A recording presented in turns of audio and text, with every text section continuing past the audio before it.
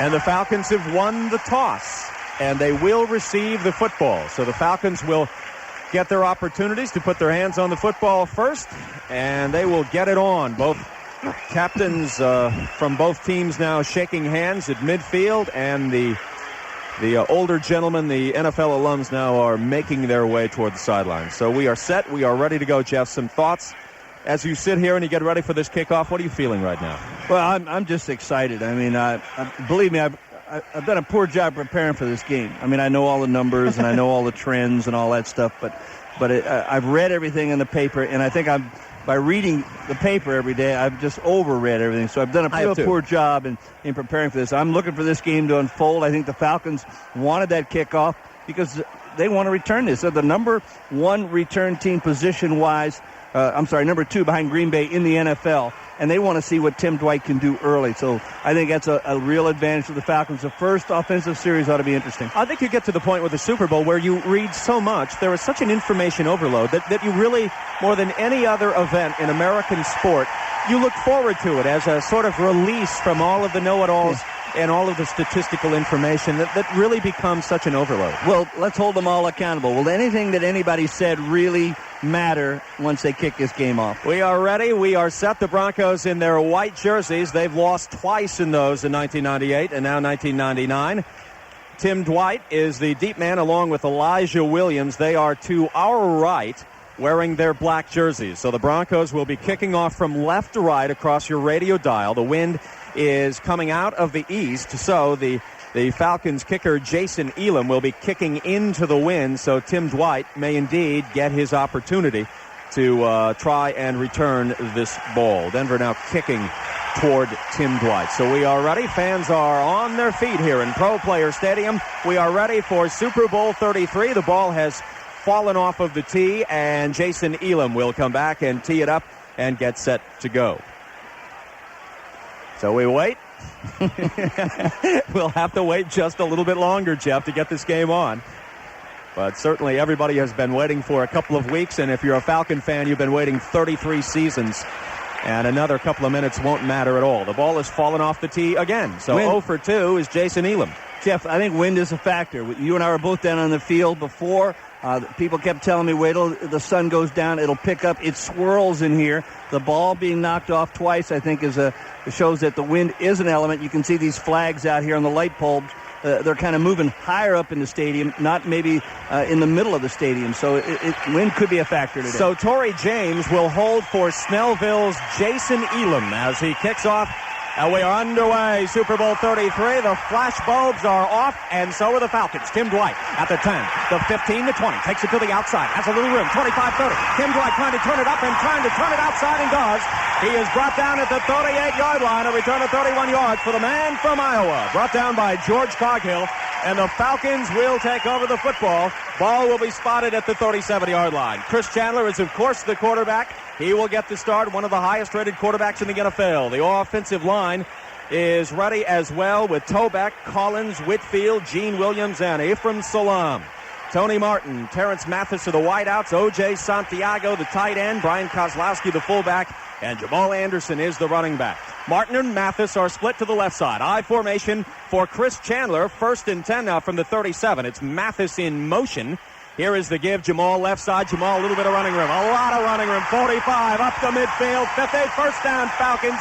Gain of 14 yards. Tackled by the middle linebacker, Glenn Cadres, who brings big Jamal down. So goes Jamal Anderson. So goes the Falcons offense. You've heard it many times before. Last time the Falcons played in Minneapolis against the Vikings, he didn't get off, but the Falcons still win as they were successful in throwing the ball. Two big explosive offensive plays, a kickoff and now Jamal setting the stage for the Falcons early.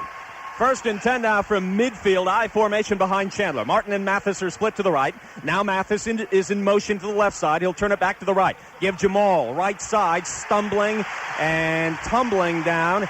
He may not have picked up anything. He is tackled at the line of scrimmage. Let's set the Denver defense for you. Up front, they are tough. Ma Tunavesa is the right end. The right tackle is Trevor Price. Left tackle is Keith Traylor. The left end is Harold Hasselbeck. The linebackers, Bill Romanowski. Glenn Cadres, the middle linebacker, the other linebacker, John Mobley, and the secondary is Darian Gordon, Steve Atwater, the veteran, Tyrone Braxton, and Ray Crockett. So it's 2nd and 10 from midfield for the Falcons. In offset I now behind Chandler. Martin to the right, Mathis to the left. This is 2nd and 10. Chandler will throw, setting up right side, has his man complete in Denver Bronco territory down at the 46-yard line. It's a pickup of 4. Tony Martin with the reception. Ray Crockett on the coverage to push him out of bounds. So that will bring up 3rd down and 6 for the Falcons in Denver territory at the 46. Falcons offense trying to set a little bit of tempo here on the opening kickoff. Falcons now with 3 wide receivers. Tim Dwight is checked into the ball game. Dwight and Terrence Mathis are to the left, Tony Martin to the right. Single setback now. Behind Chris Chandler is Jamal Anderson. In motion is Terrence Mathis. Here's 3rd down. Chandler going up top long. Will there be a penalty marker down? Yes. A hold against the Denver secondary. And the penalty marker is down at the 20-yard line of Denver. Tony Martin, the intended receiver, and Ray Crockett was hanging all over him. So the Falcons will have a 1st down, and it will move the ball down to approximately the 20-yard line.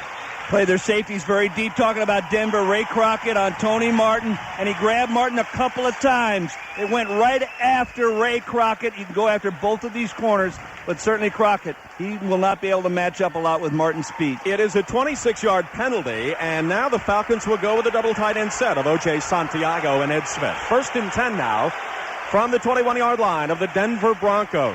I formation behind Chandler. Tony Martin is split to the left. Now in motion is Ed Smith. Here is the give. It's to Jamal Anderson. Right side, Jamal still bulling his way down to the 14-yard line. Tackled by Steve Atwater. A couple of missed tackles by the Denver Broncos. Harold Hasselbeck had a shot at Jamal Anderson on that right side, but couldn't wrap him up, and Jamal just keeps on moving. So that will bring up a 2nd down and 3 now from the 14-yard line. 12 minutes and 24 seconds are left in the opening quarter of play. I'm Jeff Hullinger along with Jeff Van Note. Glad to have you along for Super Bowl 33. Falcons on the move right now. So it's 2nd and 3 from the 14. 5th play of the drive. I formation behind Chandler. Martin and Mathis are now split to the right. In motion is Mathis now. He comes to the near side of the football field. Here's the give. Jamal Anderson on the draw, straight up the middle. Not much going there. Is tackled by Steve Atwater, who came up from his free safety position. Also, Keith Traylor, the left tackle, comes up to wrap him up and to bring him down. So that'll mean 3rd and short. 3rd and 3 now from the 12-yard line for the Falcons. Chris Chandler now is going to take a little bit of a measurement here. Wants to see what's shaking down. Wants to see how far away they are. You don't often see Jamal miss a hole. Big hole off the right side, though, that time behind Ephraim Salam and Gene Williams. Instead, he wanted to take it north-south, and he made his decision, went right up the middle. But there was a huge hole to the right side that he obviously would have had the 1st down very easily. Everybody loves the matchup of Jamal Anderson against the Denver 8 and 9 and 10-man front. So very early we are getting a taste of that, and we are getting a look at it. So Jamal is just short of the 1st down. He is short by maybe a foot, Jeff. So that is going to bring up 3rd and a foot from the 12-yard line. Let's see what the Falcons can do here. Well, they brought Dwight into the game, so they're going to have a 3-wide look to spread Denver out. But I still believe they'll hand the ball off to Jamal and pick up the 1st down. They'll just try to get Denver to split out a little bit. 3 receivers to the right, 1 to the left. Jamal Anderson, single setback on 3rd and a foot. O.J. Santiago in motion. Chandler keeps the football, and he has enough for a Falcons 1st down. So the Falcons make it happen with the 3rd down conversion, and the drive is alive. Falcons with a 1st down now and threatening. Harold Hasselbeck and John Mobley both converge on Chris Chandler, but not before the Falcons quarterback has the 1st down. Now here's a situation, Jeff. A lot of times the Falcons have got their 3 tights in the game, and they will fake the run and try to get the ball into the hands of one of those tight ends in this situation. Very restricted down here. Double tight end set of O.J. Santiago and Ed Smith. 1st and goal now from the 10-yard line. Terrence Mathis is split to the left. Now he is in motion. Here is the give. Jamal Anderson, left side, looking for a block and being brought down at the 7-yard line. It looks like maybe he got 2, maybe 3, depending on the mark. Ma Tanavesa makes the stop, the right end, as he comes up to bring down Jamal Anderson. The Falcons have scored on 7 opening possessions of games this year, scoring 41 points And they also scored 2 weeks ago against Minnesota on the opening drive. So it is something to note here as they try to make something happen. Second and goal now from the 8-yard line. It is Mathis to the right, Martin to the left. Split behind Chris Chandler is Jamal Anderson and Brian Kozlowski on second and goal from the 8. Chandler will throw, now scrambling to the right, looking, throwing, and it is incomplete. He wanted Jamal Anderson, but Anderson couldn't come up with it, as O.J. Santiago was in the end zone as well, and quite frankly, there wasn't anything there. The Denver defense was not allowing much. Well, they brought Romanowski up the middle on the blitz. Falcons did a nice job of picking that, but Kozlowski had to come back and pick off somebody who blitzed off the edge. I didn't catch the number of the Bronco guy, and that forced Chandler out. And he had tried to make a play. We've seen him try to do that a lot of times. It wasn't a success. 5 defensive backs for the Falcons. For the Broncos, it's now third and goal from the 8. In motion is Terrence Mathis. Chandler will throw. Here comes the blitz, and there goes Chris Chandler down. Sacked at the 12-yard line on third down. Didn't have any time whatsoever. Bill Romanowski is the first there to put the big stick on Chris Chandler as he took a nasty hit. So Morton Anderson comes into the ballgame. Came with the same blitz. This time they brought the corner number 21 for them, Darian Gordon. But they came with the same blitz that they came before. The Falcons do a poor job internally off the left side, I think. That would be Collins and Tobeck picking up Romanowski inside. Morton Anderson, a 32-yard field goal with Dan Straczynski holding. Here's the snap, the kick. It's on the way. It's up. And it is good. So the Atlanta Falcons are on the board first in this game from Pro Player Stadium. 9 minutes and 35 seconds left in the opening quarter of play. The Falcons 3, the Broncos nothing. You're listening to the Super Bowl. Plays 48 yards. They eat up 5 minutes and 25 seconds. Morton Anderson, a 32-yard field goal. Falcons with 6 rushes, 3 passes, and get that field goal. Really set up by Tim Dwight, the 31-yard kickoff return, and also a 25-yard penalty against the secondary of the Denver Broncos. So Morton Anderson is kicking from right to left across your radio dial. Vaughn Hebron is the deep man for the Broncos. Here's Morton Anderson, and his kick goes to the right side, takes a bounce, and bounces into the end zone. Hebron will down it. Falcons have been very, very tough with Morton Anderson on these kickoff returns all through this season of 1998. And now we take a look at Dan Reeves along the Falcons sideline as he is going over a number of the offensive plays along with Chris Chandler. All right, we've got 9:25 left. Opening quarter of play, Falcons 3, Broncos nothing. You're listening to the Super Bowl and the home of the Falcons, News Radio WGST. To Super Bowl 33, everyone. I'm Jeff Hullinger along with Jeff Van Note and Pete Davis, who is along the Falcons sideline. Pete? The Broncos depend on Georgians for most of their offense. Terrell Davis, a former Bulldog. Shannon Sharp from Savannah State. Willie Green from the same high school in Athens as Chuck Smith. And Jason Elam graduated from Brookwood High in Gwinnett. Back to you, Jeff. John Elway at quarterback. Running back Terrell Davis. Fullback is Howard Griffith. The tight end Shannon Sharp. Right tackle is Harry Swain. Daniel Neal, the right guard. Tom Nalen. Center Mark Schlereth is the left guard. Left tackle is Tony Jones. Rod Smith is the wide receiver, along with Ed McCaffrey. Falcons, now we will set their defense coming up for you. 1st and 10 from the 20. Elway will throw, fires it across the middle, and it's incomplete.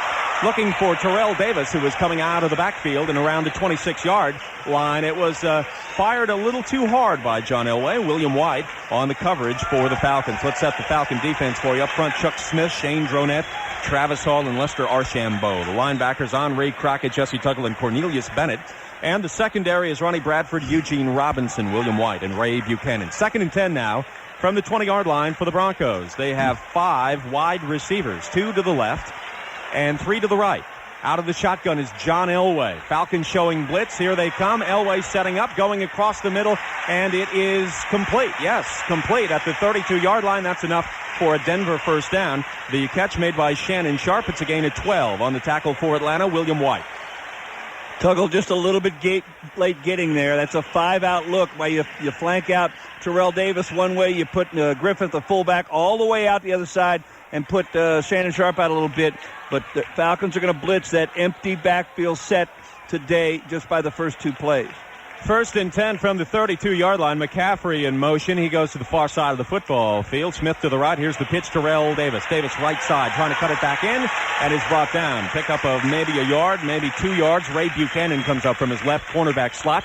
to bring down Terrell Davis. It's a gain of 1. 2nd and 9 now from the 33-yard line of Denver. Nice play by Big Ray Buchanan, because he went man for man in motion with McCaffrey. So he's locked up with McCaffrey in the early going man-on-man when that situation arises, and he came back off the motion to force the play along with Henri Crockett. Rod Smith and Ed McCaffrey is split to the left. 2nd and 9 now from the 33. McCaffrey in motion. Offset eye behind John Elway. Here's the pitch. Terrell Davis, left side, looking to cut it back and brought down again. Maybe a pickup of a yard, maybe not. Shane Dronette and Chuck Smith both converge on Terrell Davis to make sure that he is not able to do what he likes to do so much, and that is to make one move outside, cut it back inside against a hard-charging defense. Good play by Shane Dronette's having a great year this year, 6.5 sacks. But he was lined up on the All-Pro center, Tom Nalen out of Boston College, and he whipped Nalen, did not allow himself to get pushed off the ball, kept perspective on where Terrell Davis was. On 3rd and 7 from the 35-yard line, Falcons 5 defensive backs. John Elway now operating out of the shotgun. In motion is Rod Smith.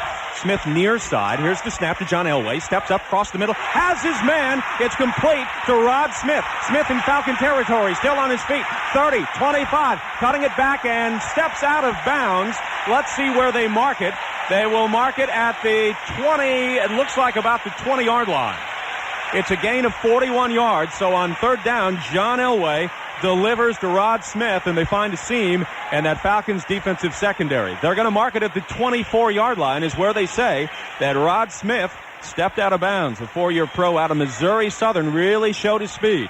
Well, the underneath coverage, I think, was by Randy Fuller, and Fuller slips. He's like a linebacker in this situation, covering Smith on the quick, skinny slant. He slips, and then Smith is going full speed into the secondary. 1st and 10 from the 24-yard line of the Falcons. Terrell Davis gets the call right side, and Davis is brought down a gain of a couple of yards. Shane Dronette is there for his 2nd tackle of this game. So that will bring up 2nd and 9 now from the 23-yard line. Falcons lead 3-0. Opening drive, they take it down. And Morton Anderson is able to nail a 32-yard field goal, and that's where we stand right now. But Denver also threatening on their opening drive. Jeff Tuaola is in there at left defensive tackle. I don't know where Travis Hall is right now. Rod Smith and McCaffrey split to the right. Offset eye behind John Elway. Here's the give. Terrell Davis left side. Davis has some running room. Look out, and Davis is brought down at the 14-yard line by the Falcons defense. On the tackle for Atlanta is Henri Crockett, the left linebacker. But that's where Terrell Davis is so very dangerous. Travis Hall right now is a little bit beat up, and Hall is coming back into the ball game now. And it'll be 2nd and let's see where they move this, Jeff. How close do you think it is to the 1st down? Can you see from where you're at? I think it is a 1st down. I think it's very, very close, but I think they might have gotten it. Power O, they were running. Danny Neal, their right guard, pulling right to left, and had a nice block out there on Chuck Smith. And you are correct. 1st down for the Denver Broncos now, and they are moving the football. Ball is spotted at the 14-yard line, where John Elway is looking at a 1st down, also looking over toward Mike Shanahan to see what the Broncos head coach wants to do here. This is the 8th play of this drive for Denver, so it's 1st and 10 now from the 14-yard line. Broncos with 2 wide receivers split to the right in McCaffrey and also Rod Smith. John Elway now motioning to the official that there's something back there that he's less than satisfied with. Jeff, do you see it? Yeah, the clock was showing 0. He knew he had a lot more time than that to get that play off. He pointed out to the official down in the end zone. There was some malfunction on the second clock. Elway, 6'3", 215 pounds. That's what he was listed at when he was a rookie who came out of Stanford. He's more than 215 at this point in his career. 16 years out of Stanford, future Hall of Famer. They've got a rhythm going in their offense. Falcons have done a decent job of holding this run down so far, but there's a little rhythm to this offense, and you need to knock it off. Get it off this field, holding to a field goal. Smith and McCaffrey split to the right. 1st and 10 now from the 14. Now Ed McCaffrey in motion. Comes back to the near side. Elway, the give. Oh, yes. Davis brought down by Chuck Smith. Nice tackle by Chuck Smith, who got into Terrell Davis in a hurry, in a flash, wrapped him up around the ankles and brought him down. Came back with the same play they had just run to Terrell, where he picked up 5 or 6 yards. It's a power O with Neal, the right guard, pulling right to left. Chuck Smith, that's his man he's supposed to block. Chuck knifes underneath him, or outside of him, and knifes underneath. Terrell Davis. Nice play. Loss of a yard. 2nd and 11 from the 15. 3 wide receivers, one to the right in Sharp, McCaffrey, and also Smith are split to the left. Now John Elway will throw. Short drop across the middle. He fires it to Shannon Sharp. Complete. 5. And he is spinning. Is he into the end zone? No, he's very, very close. He is brought down as he was upended about the 1 yard line. And now he is limping off. Shannon Sharp is hurt right now. He's brought down by Ray Buchanan. Sharp is limping. Looks like maybe his knee, Jeff. You got to make the play. Eugene Robinson is there simultaneous with the ball. He hits Shannon Sharp simultaneously. He doesn't wrap up. Maybe he's afraid of interference. But you make that play, you hold that to a minimal gain. Sharp gets loose, makes another guy miss, and there he's at the goal. Gain of 14. 1st and goal from the 1. Here's the give. It's to Howard Griffith, and Griffith slams into the end zone. Touchdown, Denver. So the Broncos on their first drive of the first quarter take it the distance. They take it 80 yards for the score, and the fireworks go off here at Pro Players Stadium. It's Howard Griffith, first touchdown this year. The 6-year pro out of Illinois was given the ball and just slammed it on the left side over the Falcons defense. And they really worked over the middle of the field of the passing game of the Falcons defense, especially the short passing game. The middle of the field, they attacked it, and they were very successful with Smith and 2 catches by Shannon Sharp. Jason Elam will attempt the point after with Tom Ruin holding. It is down, it is up, and it is good. 3 minutes, 55 seconds left in the opening quarter of play from Super Bowl 33. It's Denver 7, Atlanta 3. You're listening to the Super Bowl on the home of the Falcons, News Radio WGST. Plays 80 yards, 5 minutes and 40 seconds. Griffith, a 1-yard touchdown run. Really what set it all up, the 41-yard pass to Rod Smith made it possible. Now the Broncos will be kicking off from left to right across your radio dial. The deep man is Tim Dwight for the Falcons. Jason Elam now trying to tee it up, and let's see if the wind will leave the ball alone this time, and he will not need a holder. And it looks like it's going to stay there. Here comes Jason Elam. He steps up to the ball and drives it. It's a short kick to the right side, bounces at the 15, and it's gathered in by Brian Kozlowski. Kozlowski is knocked down at around the 27-yard line, and that's where the Falcons will take over the ball offensively. 3 minutes, 46 seconds are left in the opening quarter of play from Super Bowl 33. It's Denver 7, Atlanta 3. You're listening to the Super Bowl on the home of the Falcons, News Radio WGST. Miami, everybody. Pro Players Stadium. I'm Jeff Hullinger with Jeff Van Note and Pete Davis. It is 7-3 right now. Denver leads Atlanta. 3 minutes and 46 seconds are left in the first quarter. The Falcons have won 11 in a row, 14 of 15, 16 of 18, 21 of 24, 22 of 26. And away from the Georgia Dome, 6 of 7, 10 of 13. So the Falcons trying to get it going here. A double tight end set for Chris Chandler in the offense. 1st and 10 from their 27-yard line. Kozlowski in motion to the near side. Chandler will throw. Here comes the pressure. Dumps it across the middle, and it's incomplete. Looking for the tight end, O.J. Santiago, around the 45-yard line. Had to get rid of the ball in a hurry as Bill Romanowski was coming in on that Denver blitz. So by the time the ball was on the ground, I think the biggest surprise man out there was O.J. Santiago. Yeah, O.J.'s got to turn around sooner. Atwater walks up in the line of scrimmage. So does Cadrez, the middle linebacker, and Mobley. And Chandler sees blitz, knows blitz. O.J.'s got to turn around quick and get to the middle of the field in the seam and make that catch. 2nd and 10 from the 27-yard line. 3 wide receivers, 2 to the left, 1 to the right. Kozlowski in motion to the far side. Here's the draw. Yes. Jamal Anderson has some running room. 30 up to the 35-yard line and tackled at the 36-yard line.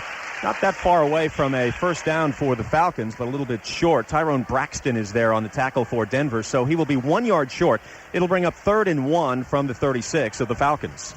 They come with a blitz again. We're seeing a lot of blitz from Denver's defense, more so than I would expect this early in the first quarter, because Jamal runs right by Romanowski and Cadrez as their blitz, and they can't even put a hand on him.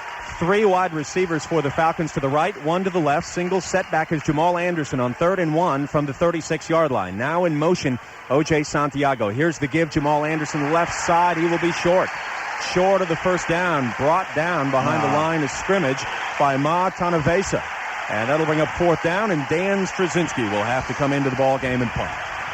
You got to knock him out of there. O.J.'s coming in motion across there. He's blocking on Alfred Williams, 91, who's playing like a defensive end in this situation, and you got to knock him back out of there. Instead, Alfred Williams is low man, and he sort of knocks O.J. right back into where Jamal is running. They don't get the first down. The dangerous Darian Gordon at the 20-yard line for Denver. Dan Straczynski at his 21. He steps up to the ball and delivers the punt. It is a high spiral wobbling, and the ball now goes down at the 25-yard line. Falcons jump on it as though Denver touched it, but I don't think that's going to happen. And it will be downed at the 22-yard line by Keith Brooking on the special teams for the Falcons. It's a 42-yard punt by Dan Straczynski. 2 minutes and 12 seconds left in the opening quarter of play from Pro Player Stadium. Denver 7, Atlanta 3. You're listening to the Super Bowl on the home of the Atlanta Falcons, News Radio WGST. Atlanta 3, 2 minutes, 12 seconds left, opening quarter of play from Pro Player Stadium. Let's go to Pete Davis along the Falcon sideline. Denver tight end Shannon Sharp has a twisted left knee, but he has returned to the game. Back to you, Jeff. 1st and 10 from the 25-yard line for John Elway and the Denver Broncos. They have 3 wide receivers. Terrell Davis, a single setback behind Elway. Here's the give.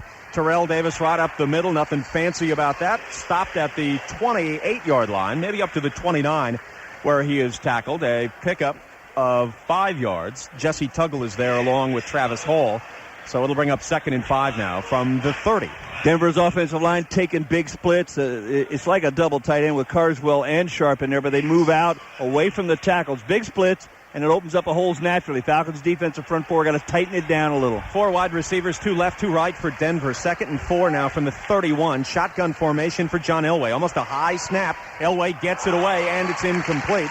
The intended receiver was Shannon Sharp, but the coverage was pretty good by William White, and Elway had to wrestle with a ball that almost, Jeff, went over his head. Yeah, and you got him with a blitz again. Jesse Tuggle coming off the edge, blitzing up the middle, and a nice job by William White. Anticipation that they were going to throw something very short to Shannon Sharp. Denver now looking at 3rd and 4 from their 31-yard line. They have had 1 third down conversion. They have been successful on it so far in this first quarter with 1 minute and 33 seconds left.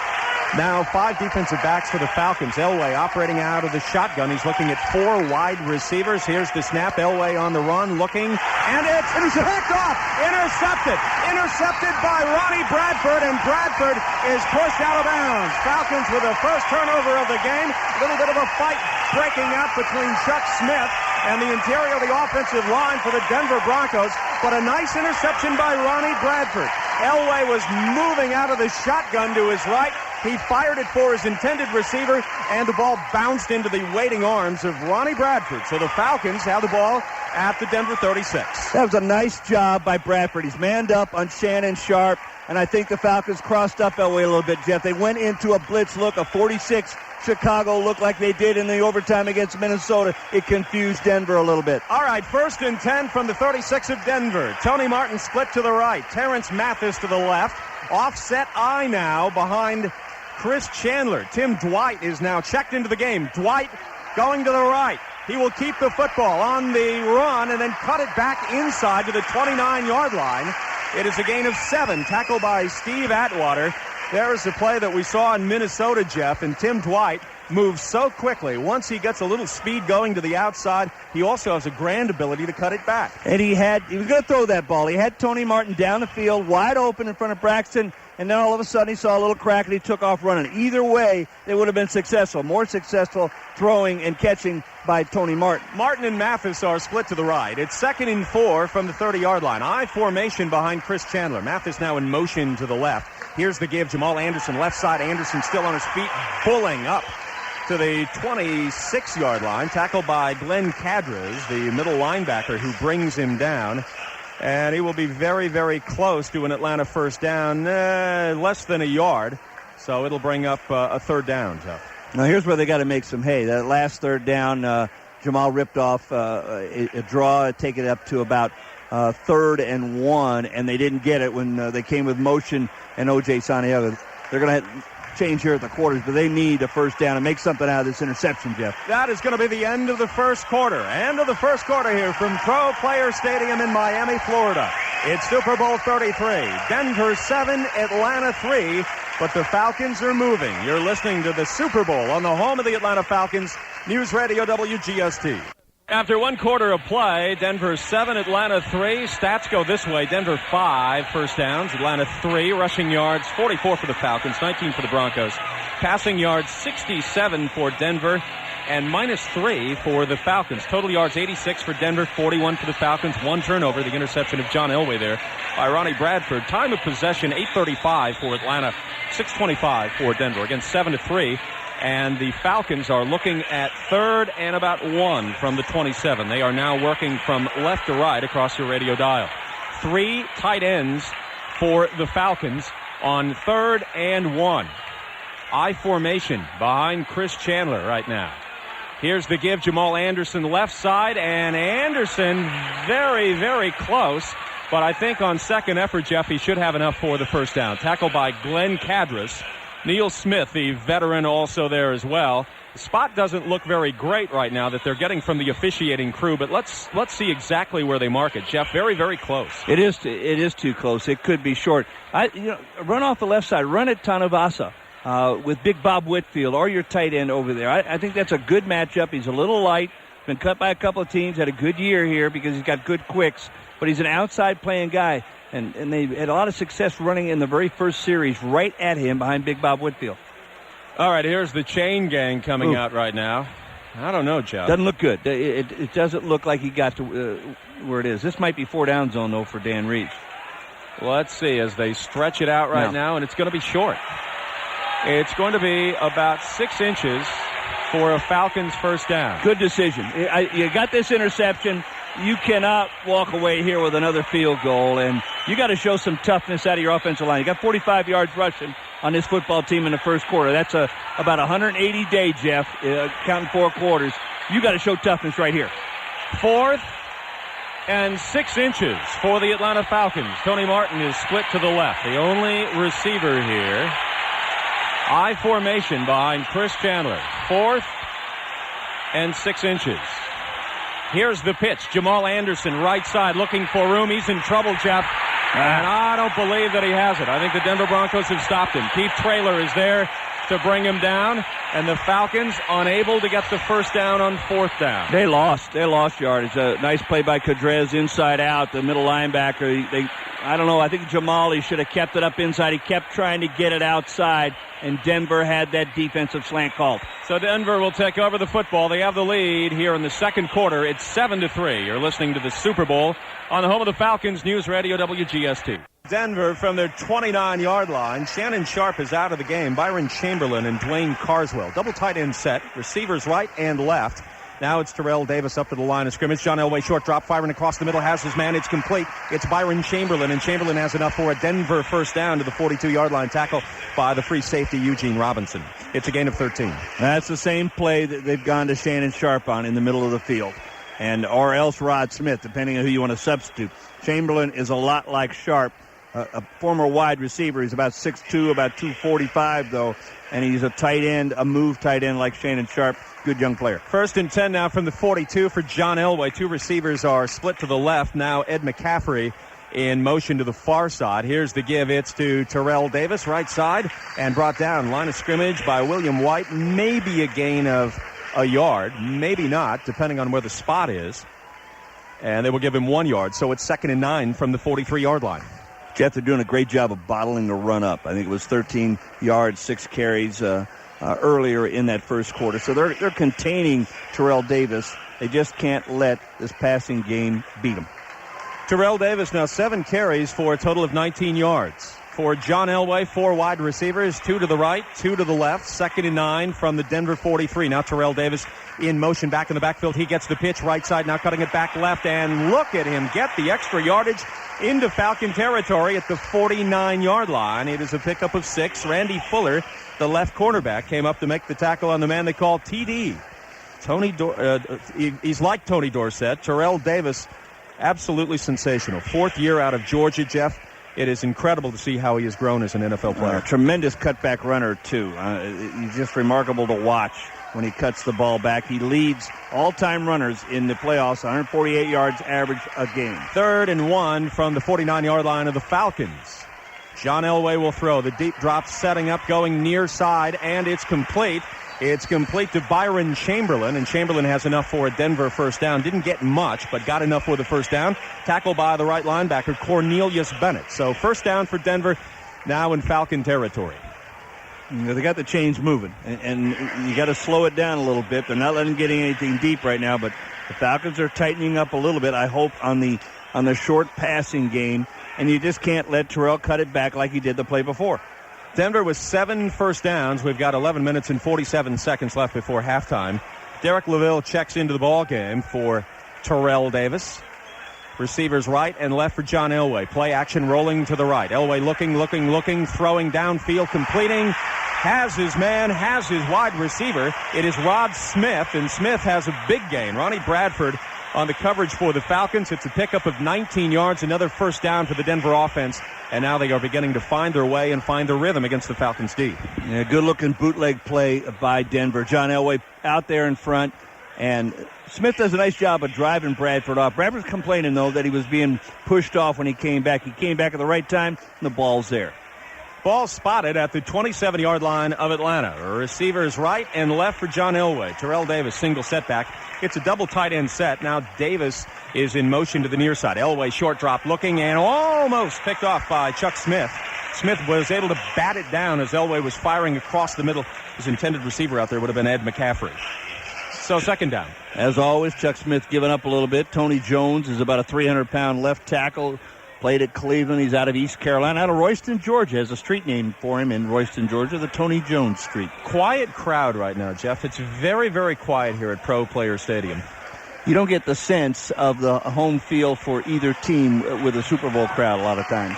Smith and McCaffrey split to the left side. Offset formation behind John Elway on 2nd and 10 now from the 27-yard line. Elway, the give, Terrell Davis draw, look out, 20, 15, and goes down to about the 14-yard line. Ray Buchanan there for the Falcons. It's a gain of 13, and it's another Denver first down. They now have racked up 9 first downs on this Falcons defense. Well, Terrell Davis looks a little more active than we saw him initially. That's the first time, though, that Denver's offensive line manhandled the Falcon front four. John Burrow got blown off the ball by Harry Swain. Howard Griffith, great block on Jesse Tuggle, and they run the I lead play and have a lot of success. Total yards right now, 143 for Denver. Atlanta, 39. 1st and 10 from the 14 for Elway. Here's the give. Terrell Davis, left side, spinning away from the Falcon, cutting back inside, and tackled down at the 8-yard line. Great run by Terrell Davis. Missed tackle, though, by Cornelius Bennett. A wonderful spin move by Davis. We've seen him do that many times. We saw him do it at UGA back when he was in Athens. Yeah, Cornelius should have had him in the backfield. He read the play, diagnosed it, and he allowed him to miss the tackle. And then Eugene Robinson coming up and missing another tackle. You can't have missed tackles on this guy. Derek LaVille checks in for Terrell Davis. 2nd and 4 from the 8-yard line of the Falcons. Receivers split to the right, 2 to the right. Now in motion, McCaffrey. He comes to the left and back to the right. John Elway will throw, rolling right, buying time, looking. Here comes the pressure and just throwing the football away. He throws it out of bounds to the far side of the football field. So 3rd down. Good coverage out there, and I didn't catch it. It's whoever was covering Rod Smith out on the short flat, and it might have been Ray Buchanan, but nice coverage and a good job by Lester Archambault. He pressured John Elway after Howard Griffith tried to block him. Jeff, to take Denver out of the sort of rhythm they're in right now, what do you recommend? What would you do? First, I'd hold them to a field goal here on this 3rd down. I'd force them into a field goal situation. You already got an interception out of them. You didn't do anything offensively, though. That's what the Falcons' problem is, their offense. So on 3rd down, John Elway will call a timeout. He walks over to talk with Mike Shanahan about life, about what he wants to do offensively, and we will take a break. Right now, 9 minutes, 25 seconds left before halftime. Denver 7, Atlanta 3. You're listening to the Super Bowl on the home of the Falcons, News Radio WGST. Coming up, the 10th play of the drive for Denver. They are looking at 3rd and 4 from the Atlanta 8. John Elway's numbers right now, 6 of 11, 102 yards, 1 interception. And the Falcons just haven't done anything offensively. Chris Chandler is 1 for 3. And the Falcons offense is going to have to get something going to take a little pressure off the D. So it's 3rd and 4 from the 8. Elway will operate out of the shotgun. Receivers to the left and to the right. Now it is Smith in motion to the right. Here's the snap to Elway, rolling right, setting up, firing, and It is incomplete. Nice play by the Falcons defense, specifically great quarterback pressure by Lester Archambault on John Elway, making sure that John threw the football before he really wanted to. You're right. Lester hopped over the block of Terrell Davis. Terrell went for the low cut. Lester hopped over him and had a hand up and in Elway's face, and the play wasn't being developed was being developed too quickly because Cornelius Bennett was right out where it was. Good job to hold him to a field goal attempt. Jason Elam from Snellville, a 26-yard field goal attempt. He has been perfect in the postseason. We have heard that before, have we not? Here's Jason Elam, the snap, the kick, it's up, and it is good. So he nails it from 26 yards out. 9 minutes, 17 seconds left before halftime, and Denver has stretched out their lead. Denver now leading 10-3. You're listening to the Super Bowl on the home of the Falcons, News Radio W. And we are right now, Denver 10, Atlanta 3. 9 minutes and 17 seconds are left before halftime. Broncos are getting ready to kick off. Jason Elam from right to left across your radio dial. Tim Dwight is the deep man. Here comes Elam. He steps up to the football, and here is the kick. Tim Dwight will take a short one at the 8. 15, 20, 25, and takes a vicious hit at the 26-yard line. That's where the Falcons will take over the football as they try to get something going offensively. Chris Chandler has struggled a little bit. His quarterback rating in 1998, 100.9, number 4 in the National Football League. Higher quarterback rating than John Elway. And you're right, the passing game has got to go. They're not getting the ball downfield very much, and they've been using a lot of two tights, a lot of motion with one of the tight ends, and they were running the ball a little bit, but they've got to push the ball down the field. Mathis left, Martin right, 1st and 10 from the 27 of Atlanta. I formation behind Chris Chandler. Chandler will throw, setting up, going far side of the football field. Terrence Mathis complete, first down Falcons, knocked out of bounds at the 43-yard line. It is a gain of 16 yards, and there it is, Jeff. There's the longest play they've had from the line of scrimmage as far as the passing game goes. Keep them honest defensively. They're in a zone. Romanowski's got to get back there, and they throw in front of Darian Gordon. It's just a little pitch and catch. Keep them a little bit honest with the passing game. Martin now to the left, Mathis to the right. I formation behind Chris Chandler. 1st and 10 from the 43-yard line of the Falcons. They trail 10-3 here in the second quarter. Chandler will throw. Here comes the pressure. Chandler getting away, near side. Mathis complete.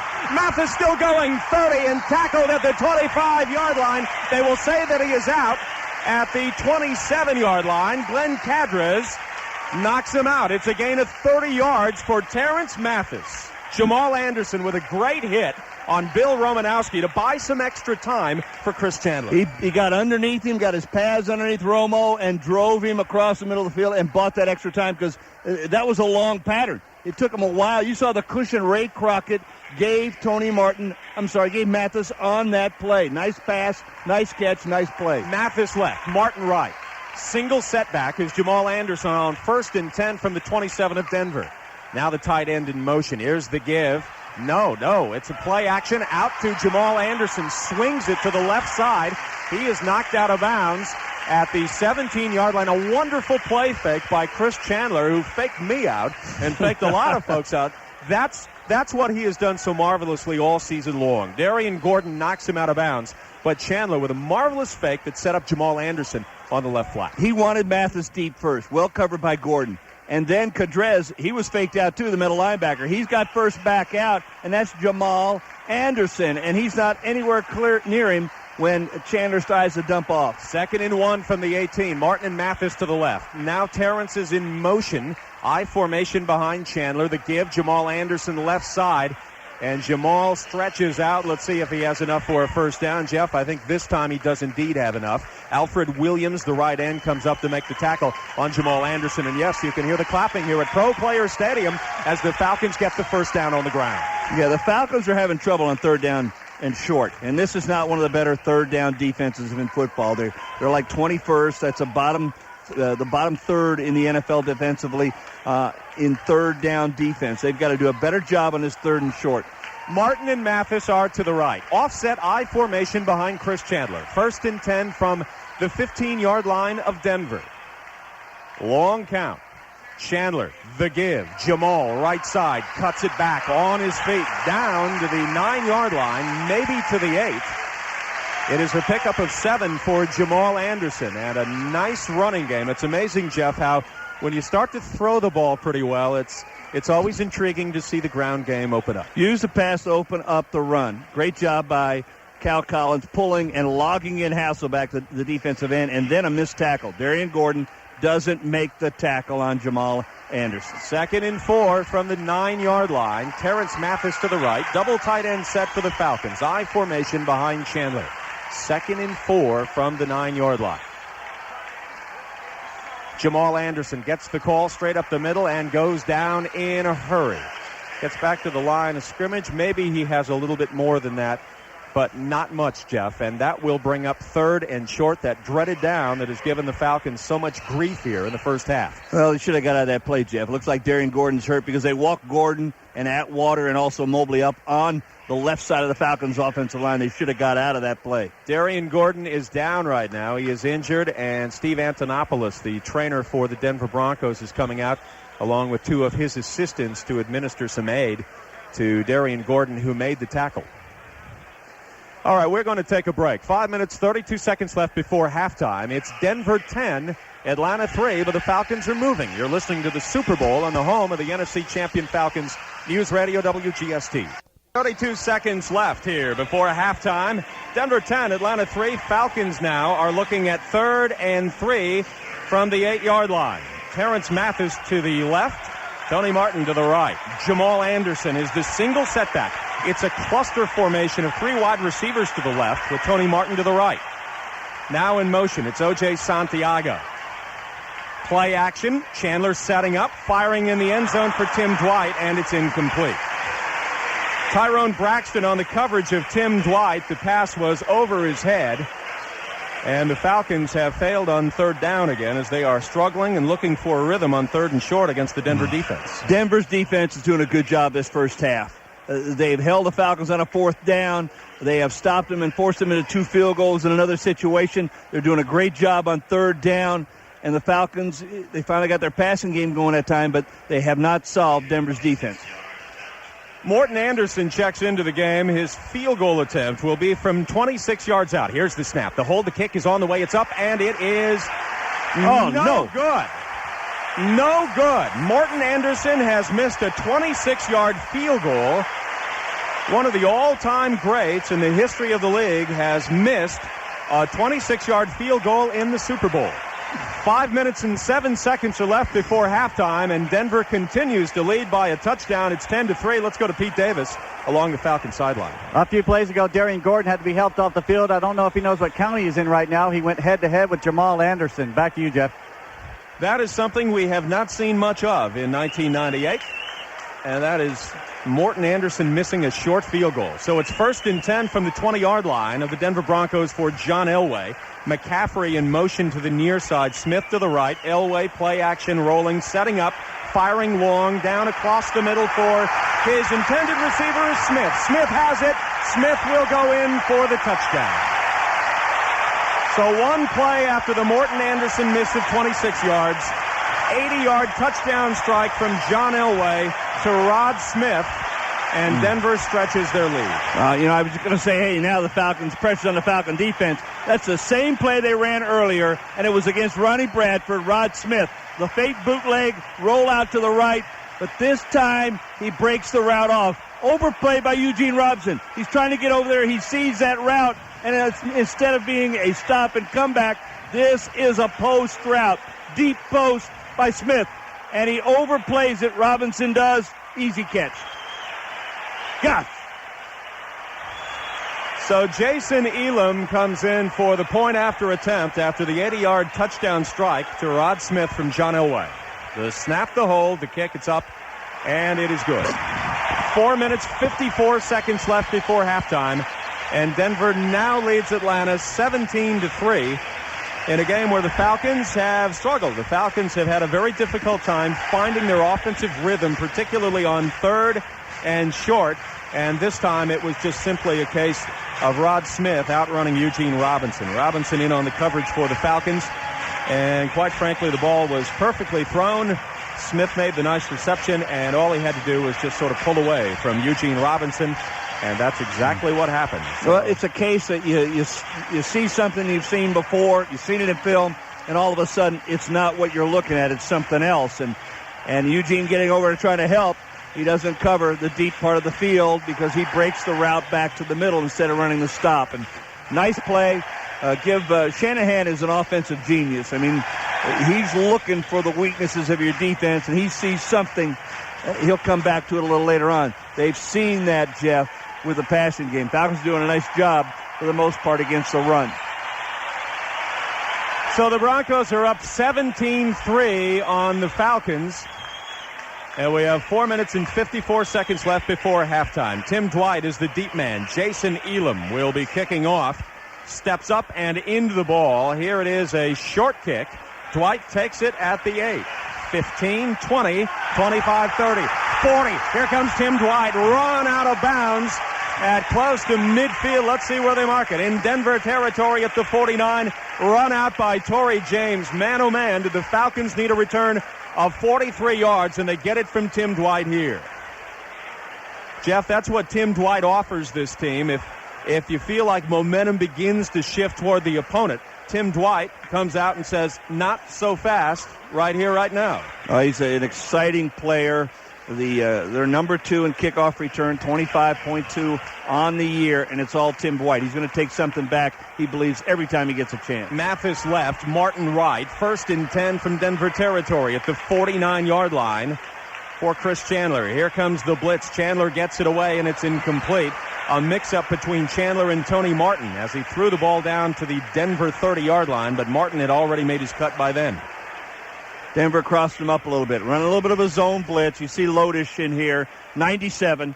He now has played in 6 Super Bowls. That's a record for NFL players. He had 4 with Buffalo, now 2 with the Broncos. He's a backup defensive tackle. He is dropping back in the zone blitz, and it messes up the read of both Tony Martin and Chris Chandler. 2nd and 10 from the 49 of Denver.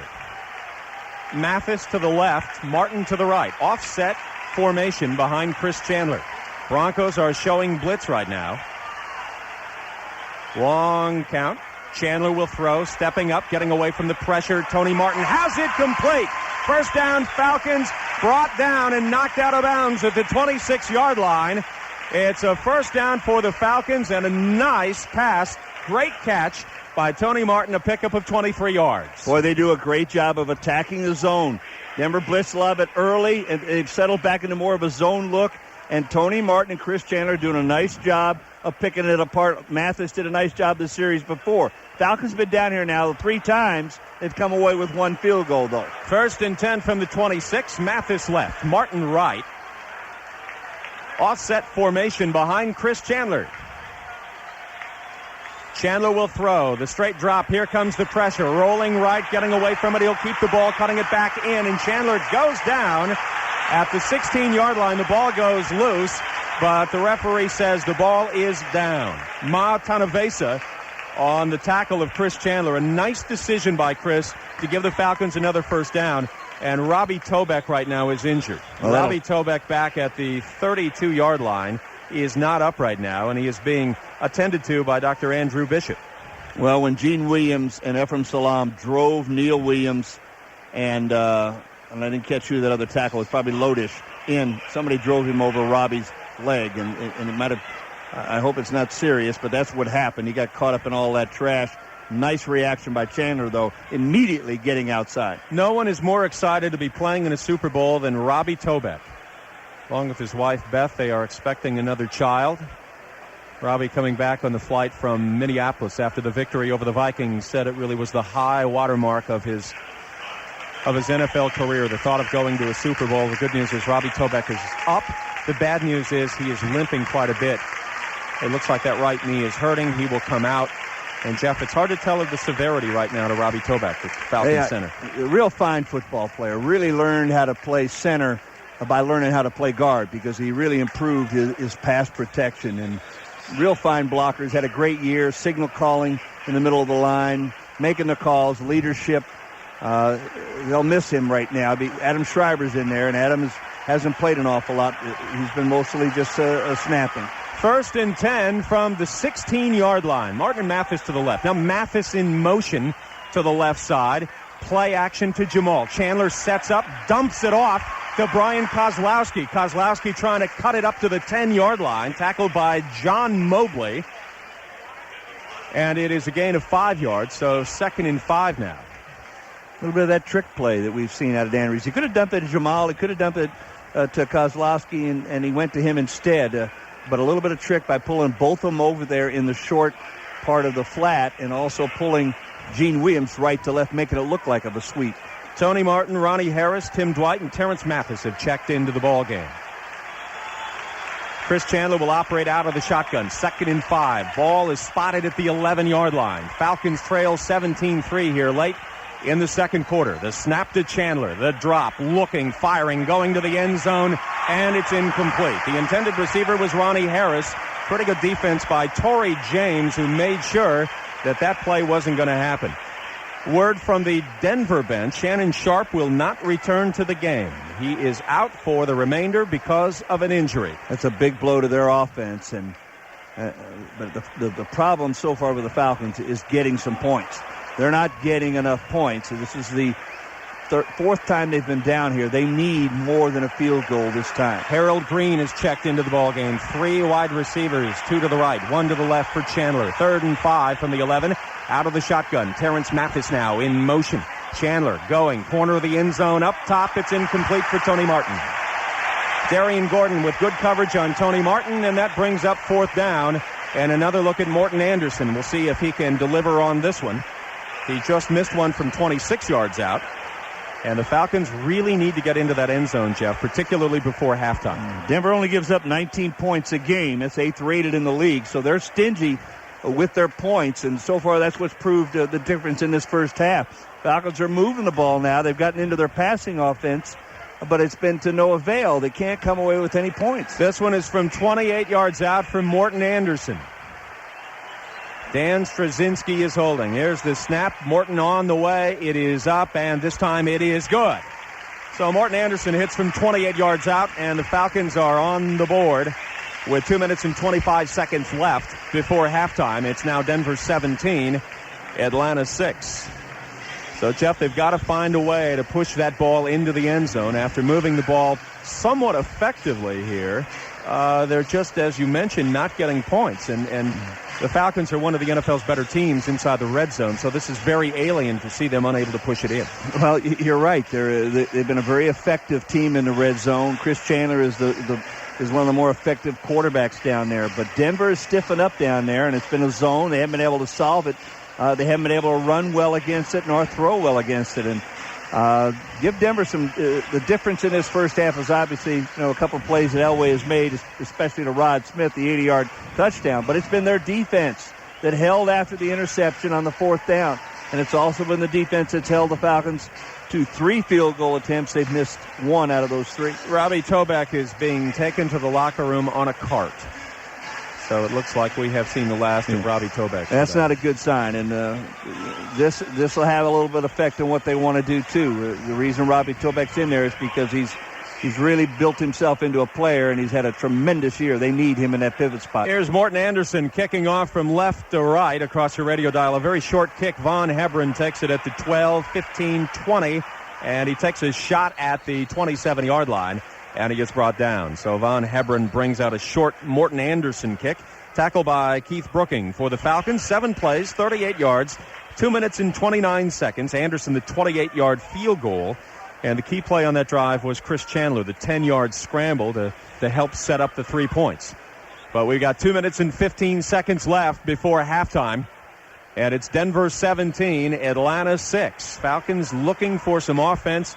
And also the defense now has got to make some plays to try to slow down this Denver offense. McCaffrey in motion to the far side. Smith split to the left. Here's the give. Terrell Davis, right side. Look out. Terrell Davis, first down, Denver, and more. A pickup of 13 yards. Eugene Robinson perhaps saves a touchdown. And the clock is running. We're at the 2-minute mark before the end of the first half. Terrell Davis, 11 carries, 60 yards. Jeff, that does not bode well. No, he's starting to heat up a little bit with a couple of runs. William White had a shot at him at the line of scrimmage, and William missed him by at least a yard. That was a very poor tackling attempt. We are at the 2-minute warning. 2 minutes. 2 minutes left before the end of the first half. Denver 17, Atlanta 6. You're listening to the Super Bowl on the home of the Falcons, News Radio WGST. 2 minutes are left before the end of the first half. Denver has 244 yards total offense.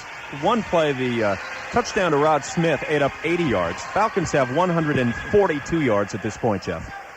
Well, we've been saying it. They need to get some points on the board more than field goals, but Denver's defense has been the difference so far in this first half, and now their offense, you can't let them score before half. 1st and 10 from the 43 of Denver. Terrell Davis in motion back behind John Elway. He gets the call right side. Falcons are there with a good defense. Cornelius Bennett is there to tackle him. It's a gain of maybe about 2 yards, so call it 2nd and 8. Clock continues to run at 1 minute and 44 seconds. Willie Green is checked into the game, so it's Ed McCaffrey, Rod Smith, and Willie Green for John Elway. Falcons trail 17-6 in a first half that hasn't had a lot to cheer for the Falcons. No, it'll have less to cheer for if they let him in before half. And here's where your defense, you're going to ask a lot of them. Stand up and make a stand right here or make a play. 5 wide receivers for Denver, 3 to the right, 2 to the left. Elway takes the snap out of the shotgun, plenty of time across the middle, and it is complete. Complete to Byron Chamberlain, who makes the grab in Falcon territory, has enough for a first down. Eugene Robinson and William White converge on the tackle, and Denver will burn a timeout here with 1:13 left. It's a gain of 14 yards, and now Denver is threatening to put more points on the board.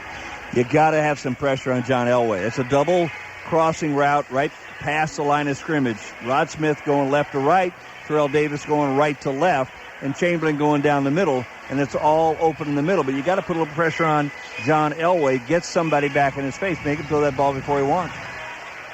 1 minute and 13 seconds are left. The halftime show is a big extravaganza with Stevie Wonder, Gloria Estefan, and Big Bad Voodoo Daddy. And I might skip halftime. You're not going to perform down there? I'm not going to look, I think, at halftime. And the Falcons are going to have a little more time because this is a little bit of lengthier halftime to regroup and take a look at this first half, offensively especially. Got to keep the Broncos out of the end zone here. 1st and 10 from the 43 of Atlanta. Here's John Elway showing a reverse. Here's the give. Rod Smith coming near side. Falcons have it red, and Smith is knocked out of bounds by Ronnie Bradford. Good play. Didn't fool anybody on the Falcons side of the football as Denver was coming from right to left on the reverse. Especially Chuck Smith. Chuck Smith read that play and got back upfield. Now, he wasn't going to catch Rod Smith, but he gave some time for Ronnie Bradford to come into the recognition and come up and make that tackle on the outside. Jason Elam, as you recall, hit one from 63 yards at Mile High Stadium. So anytime you're in territory of the opponent the way the Broncos are right now, Elam is certainly a threat. 2nd and 9 from the 42. Shotgun for John Elway. He sets up, has time. Rod Smith makes the grab and is brought down at the 38-yard line by Ronnie Bradford. Clock is now running at 56 seconds left before the end of the first half, and Denver will burn another timeout. 5 out. Difficult to cover. Everybody's crossing. They're running away from the receivers. You got to almost go man for man all the time, and it's a very difficult route. If Rod Smith doesn't slip, he has the first down easy. So it's 3rd and 5 from the 37-yard line. Falcons need to do something here defensively to try and put an end to this drive for Denver. You don't want to see that lead expand and grow as you go into halftime. Already Falcons are down 17-6, and they've got to regroup and figure out how they can get some points on the board and push it into the end zone. Now, they blitzed earlier against this 5-out backfield. Everybody out of the back, everybody empty it out. And they blitzed 2 or 3 times. They've gotten away from that now. Denver's kept challenging them with it. And instead of that, it's as if Denver says, yeah, give me that blitz. I'm looking for that blitz, and I'll make you pay for it. But right now, Denver has gotten away from it, and they're not getting to Elway. He's got a little too much time to throw. Denver does not have any timeouts left. Von Hebron is checked into the ball game. 3rd and 4 from the 37-yard line. 3 wide receivers left, 2 to the right for John Elway, who now operates out of the shotgun on 3rd down. Here's the snap to Elway. Setting up, looking, going long. Penalty marker is down. Has a man out there, and it's incomplete. His intended receiver was Howard Griffith, who came out of the backfield. The big fullback was running well, but I think this is going to go against Denver. It looks like maybe a hold. Daniel Neal on Lester Archambault. If that's true, we'll see if the Falcons decide to decline this one, Jeff. What do you think? I think I'd decline it, and if he wants to attempt a 55-yarder, go for it. I think he's hit 17 in his career. He's a pretty good long-distance kicker, but I'd decline it, I think. I think they're going to back him up, though, looking the way Denver is starting to move back. No, wait. Well, we will wait and see. Yeah, they're going to push him back. I think the fear may be of Jason Elam, who has nailed the 63-yarder. Granted, this is not the thin air of Mile High Stadium in Denver, yet at the same time, he was really banging the ball during warm-ups today, Jeff. I saw him nail a 65-yarder. He's stout. No doubt about it. Coached by Falcons, Dave a little Hunter. bit of confusion right now. They're going to have to burn a timeout, as there was a little bit of confusion on the Falcons side as far as what Denver was going to do. You see, though, I mean, you give them another shot at it here, and they're liable to convert this first down. They don't mind challenging this Falcon defense with 5 out. I've never seen a pro team empty the backfield as much as Denver has already tonight. Should be noted that the Broncos have yet to punt the ball. They have not punted the ball in the first half, and we've got 49 seconds left. Well, this is a powerful offense. There's no doubt about it. Only the 6th NFL team to score more than 500 points. You saw the one last week that broke the NFL record, or 2 weeks ago, Minnesota. But this is a very powerful offense of football team. They led the AFC in total offense for 4 consecutive seasons now. Yet this is a Falcons team that has seen plenty of offense during the month of January. You're talking about the 49ers of Steve Young, Randall Cunningham 2 weeks ago, and now Denver. So we'll see what happens in the second half. We'll see what happens right now. 49 seconds are left before the end of the first half. Denver 17, Atlanta 6. John Elway is looking at a double tight end set here. Terrell Davis, single setback. McCaffrey in motion. Here's the pitch. Terrell Davis, right side. And he tries to cut it back and is tackled at the 45-yard line. It's a pickup of 2. Clock is running at 40 seconds. And Travis Hall on the tackle for the Falcons. Falcons have decided to take a timeout here. Now, that's an unusual call. I mean, not for the Falcons taking a timeout, but John Elway pitching the ball on 3rd and 13. That's a pretty safe call by Shanahan. It wasn't a very aggressive job by them at all. So the Falcons have 1 timeout left. Denver doesn't have any left. There are 40 seconds left before halftime in a game where the Falcons are looking to find a little bit of momentum, looking to find something to try and push that ball into the end zone. Jeff, what will they talk about at half? Well, first of all, I think you start talking about your offensive execution in 3rd down and also down near the goal line. 4 times down there, coming over with 2 field goals, a missed field goal, and not converting on 4th down. In this situation, I think I'd go after the punt. Last week, the Jets blocked a punt and helped them get out a little bit early, 10-0 for 3 quarters on Denver. Tom Ruin stands at his 40-yard line, first punt of the half. Tim Dwight is the deep man. Here's the punt, and it is a short one. Dwight will call for a fair catch at the 10-yard line. So 34 seconds are left. A 35-yard punt by Tom Ruin, and the Falcons will get another couple of plays here before the end of the first half. The numbers on Chris Chandler are 6 of 11 and 87 yards. And Tony Martin has 2 catches, 27 yards. Terrence Mathis, 2 catches, 46. Brian Kozlowski, 1 for 5. And Jamal has 1 for a total of 9 yards. Jamal, 13 carries, 45 yards in this game. Falcons are 1 for 6 on 3rd down conversions. Always a very telling stat. They are among the NFL leaders as far as 3rd down conversions go. I think they're 8th in the league on 3rd down conversions. That's a horrible stat.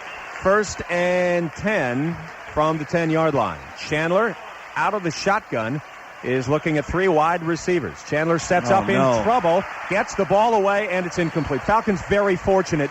Chandler was in serious trouble, in serious jeopardy of taking a safety as the pocket was collapsing in a hurry. Jamal Anderson was out around the 17-yard line, and Chandler just got that football away in the nick of time. And I'll tell you what was even more dangerous is the fear that maybe there might have been an interception by Denver. That ball was just sort of floating. Gene Williams has got to be more stout on Trevor Price. Price, the second-year guy at Clemson, has got 8.5 sacks, pretty good passer. But Gene's got to be stout. You can't let him get back in your quarterback face from the end zone. 2 receivers to the left, 1 to the right. Shotgun, 2nd and 10 from the 10. 29 seconds are left. Here's the give to Jamal Anderson. And Anderson on his feet finally goes down at around the 15-yard line. Steve Atwater comes up from his free safety position to make the stop, and the clock will run out. That will be the end of the first half.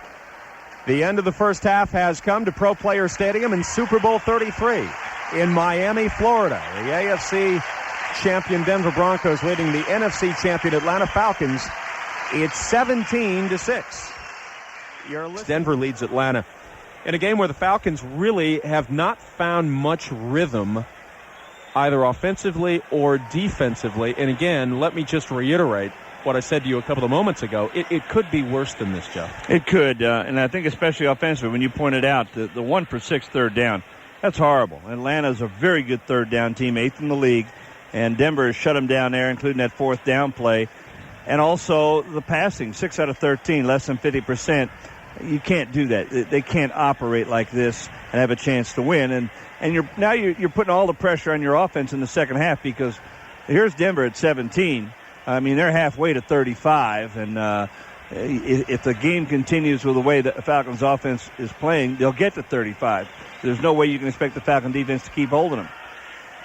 As far as injuries go, Robbie Tobeck is out with a knee. He was carted off in the second quarter. Shannon Sharp is out with a sprained knee, and it really hasn't impacted Denver because Byron Chamberlain has been a very strong player in this game at the tight end slot. In fact, he has 3 catches for a total of 29 yards, a couple of those on third down.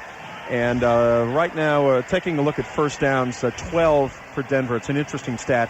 And third down conversions, 2 for 5 for Denver. So nothing really sticks out, I guess, aside from Rod Smith and John Elway right now. Well, Sharp being out it should help the Falcon defense. But you're right, Chamberlain's picked it up. He only caught 3 passes coming into today's game. He led the World League in receptions with 50-something. He's the same type of receiver that Sharp is at 6'1", 242.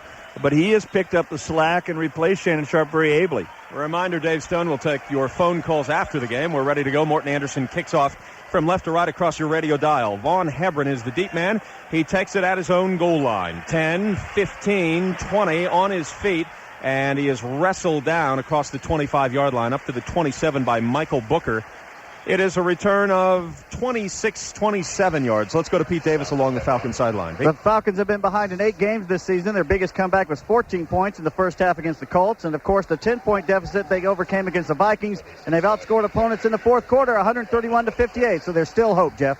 These Broncos, though, are not the Colts. That's a troubling aspect of that stat. 1st and 10 from the 26-yard line for John Elway. Receivers to the right and to the left. I formation behind Elway. Play action, rolling right, setting up, has plenty of time, going long for McCaffrey, and he makes the catch at the 43-yard line. Working on Ray Buchanan, that's enough for a Denver first down. And let's see exactly where they mark this football. It looks like it's going to be at the 44. It's a pickup of 17 yards. He wanted Rod Smith in the middle of the field. Jesse Tuggle, good reaction. We didn't see Jesse's name in the first half. Howard Griffith's done a good job of blocking on him. And I think Ray took his eye off the ball a little bit, or took his eye off of McCaffrey, because he is the second man he wants to go to, the release valve. Smith left, McCaffrey right. I formation now, offset I behind John Elway on first down. Standing, looking, dumping across the middle. Terrell Davis has it. He's now in Falcon territory down at the 46-yard line. It's another Denver first down. Tackled by William White.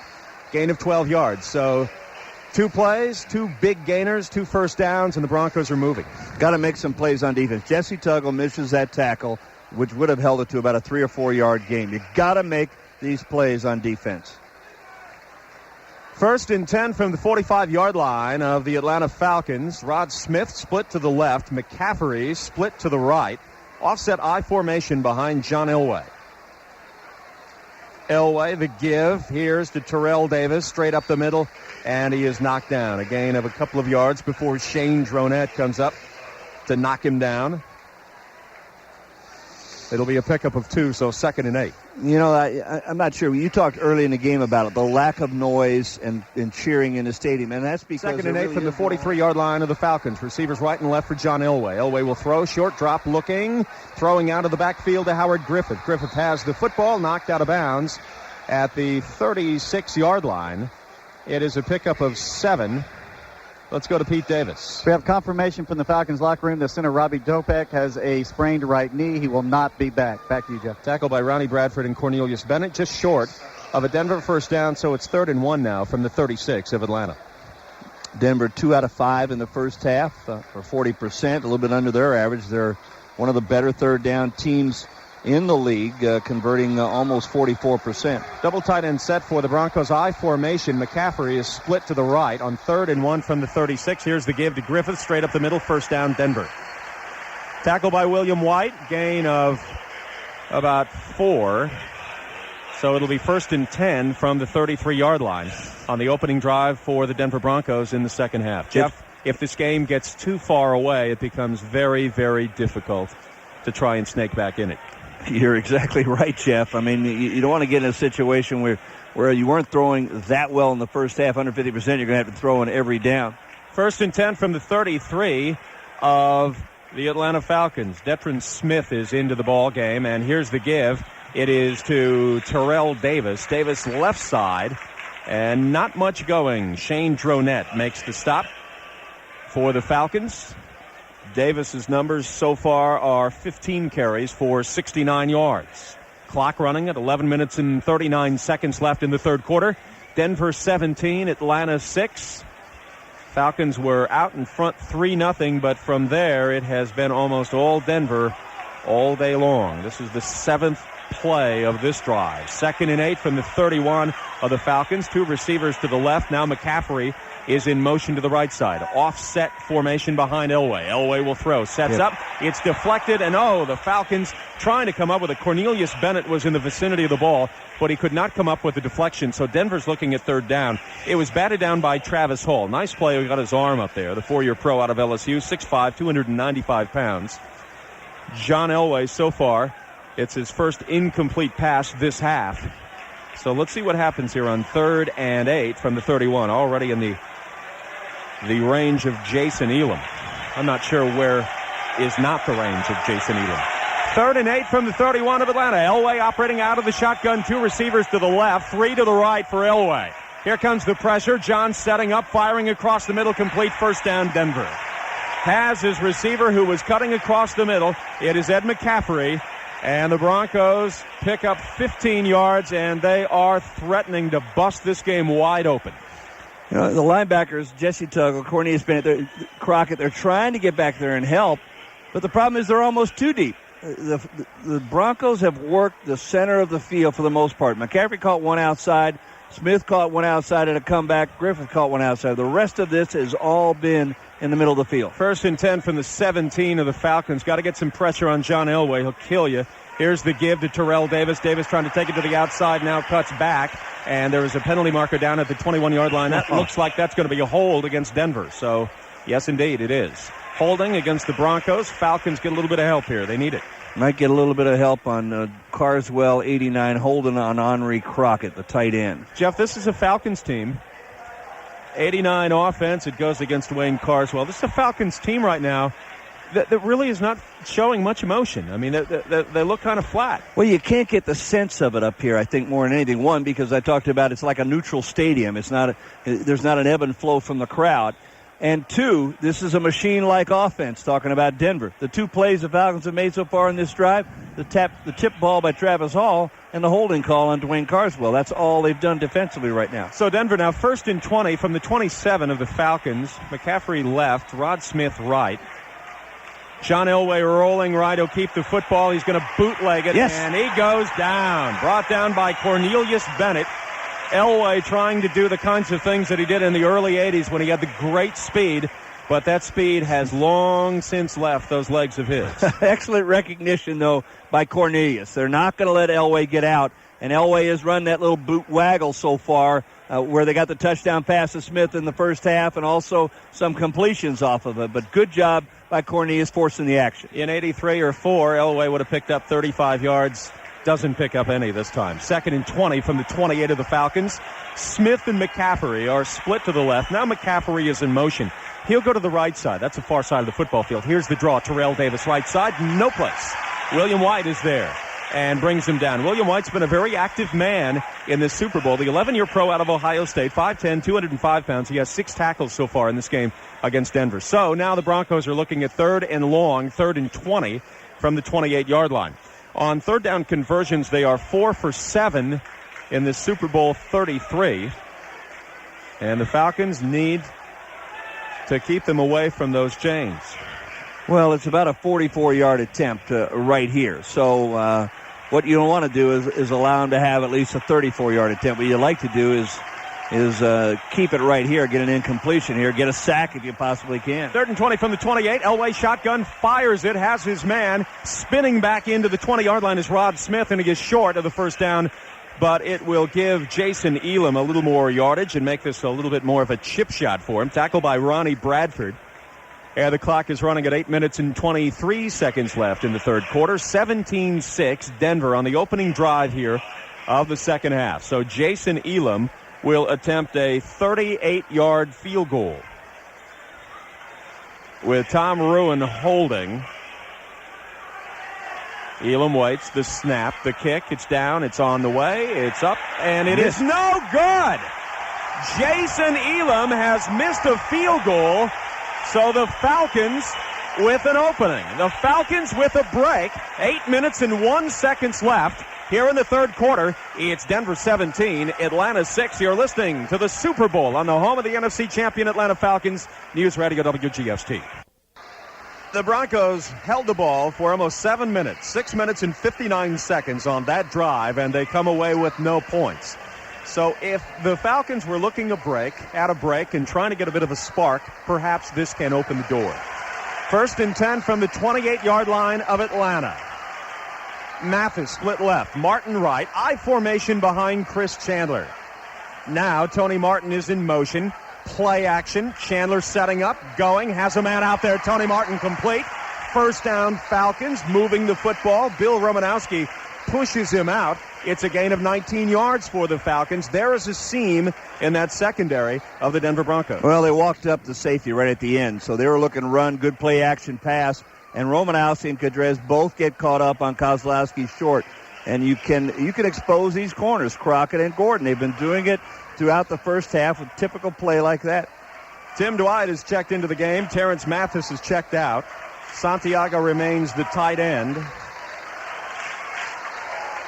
2 receivers to the right. Now Jamal Anderson goes in motion to the far side. That's where Tony Martin is. Chandler will set up. Here comes the pressure. Gets out of the pocket. He'll keep the football. Midfield. Up to the 45. And gets the Falcons first down.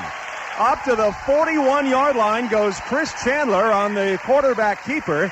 A nice play by Chandler, who is able to avoid the rush, able to avoid the heat, and makes the right decision. It's a gain of 12. That's the second time today we saw Chandler take off and make a first down running. Gets a great block out of Kozlowski, peeling back on Cortez. Well, now in Denver Bronco territory, 1st and 10 from the 41 of the Broncos. Denver leads 17-6, 6:47 left in the third quarter. Mathis to the right, Martin to the left. I formation set behind Chris Chandler. Falcons are facing a blitz from Denver. Here comes the blitz. Chandler, will he be able to get away? No. He goes down. He is sacked around the 48-yard line. It looks like a loss of 7. John Mobley, the linebacker, came crashing through. And that's something they've been doing most of this game, is putting a lot of heat on Chris Chandler with the blitz. Got to get out of that play. They walked Atwater up there. They walked Mobley up there. They've got Kadrez up there. There's just too many guys to pick up. And the Falcons, it was Atwater, the guy who caused all the problems at first. They didn't have enough people for him on the left side. So Falcons are looking at 2nd and 16 now from the 47 of Denver. Chris Chandler will operate out of the shotgun. Harold Green is in. A little bit of confusion about the snap count.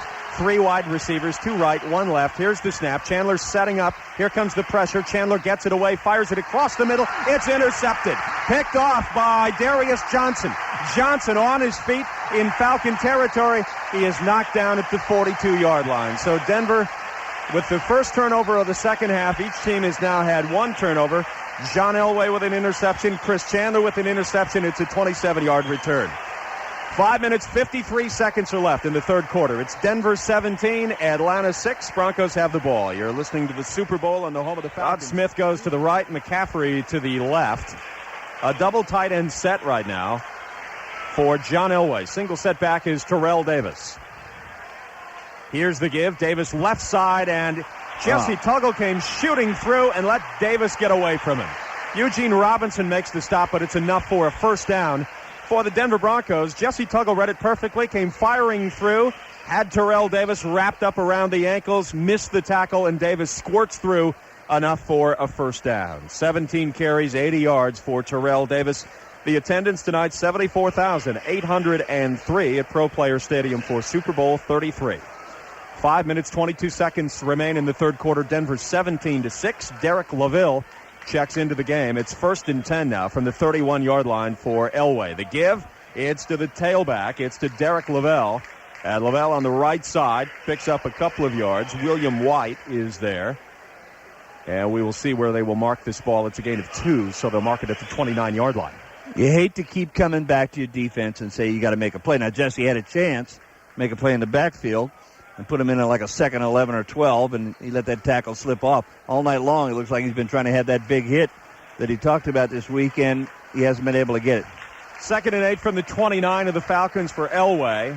Offset formation behind John right now. Sets up, looking, firing across the middle for Smith. It's incomplete. Eugene Robinson on the coverage for the Falcons. Good coverage by the Falcons free safety. And it'll bring up 3rd down. Broncos on 3rd down are hitting 500. They're 4 for 8. Jeff, the game has an odd feel.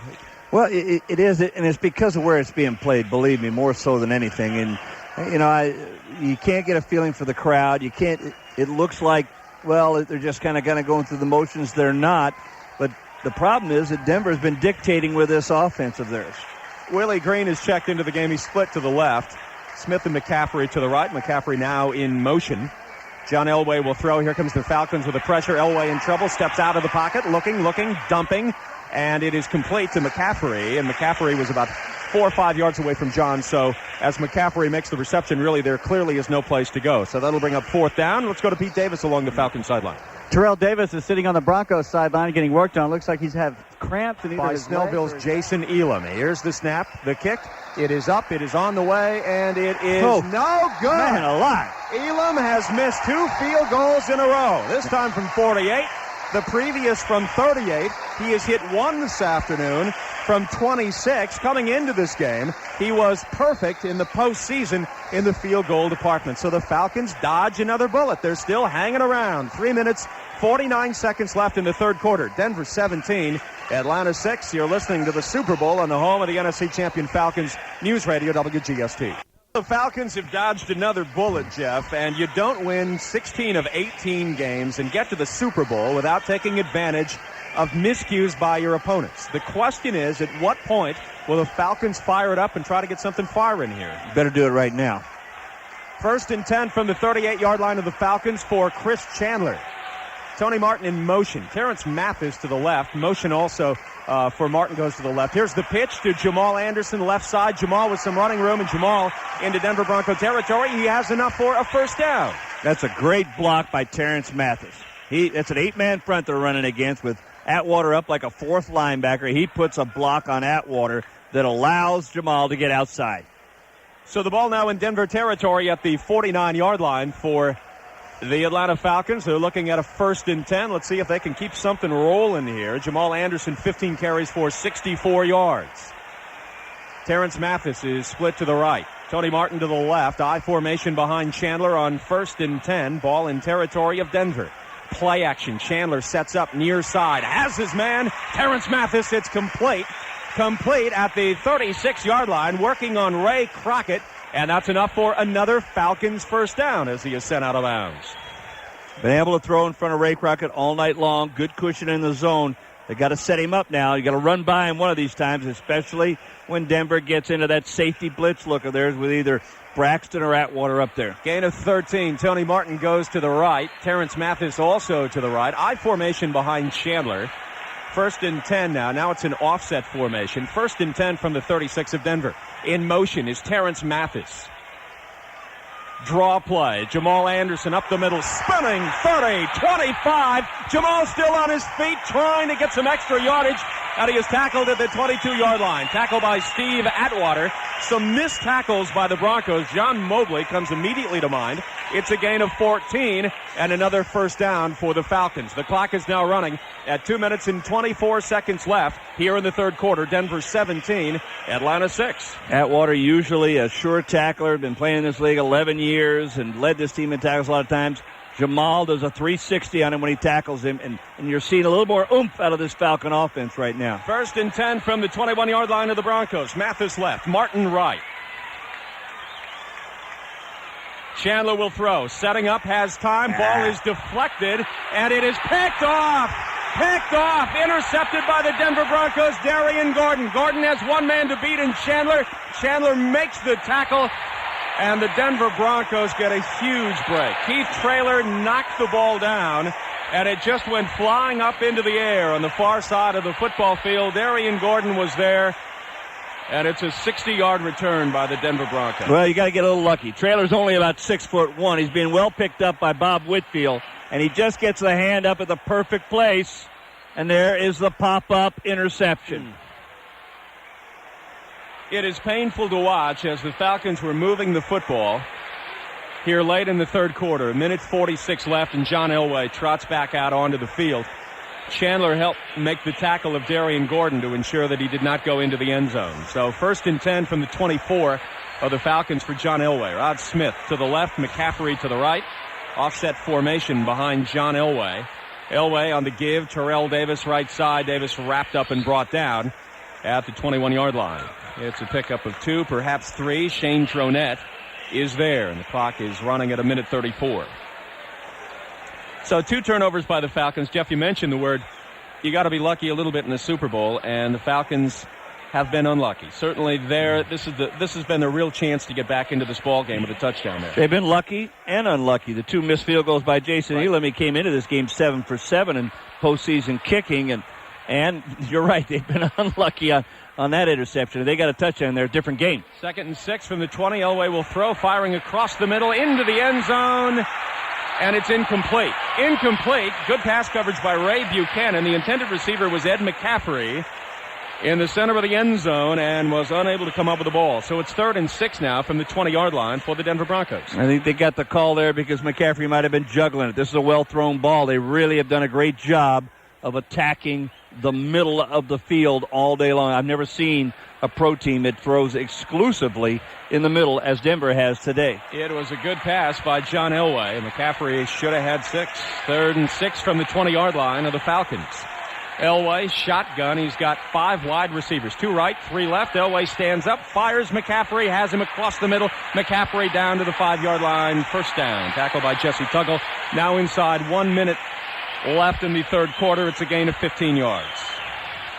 Well, they've been matched up all night. They've used a lot of their regular defense in a nickel look, and this time they hurt him because Jesse cannot get near McCaffrey. He just runs away from him.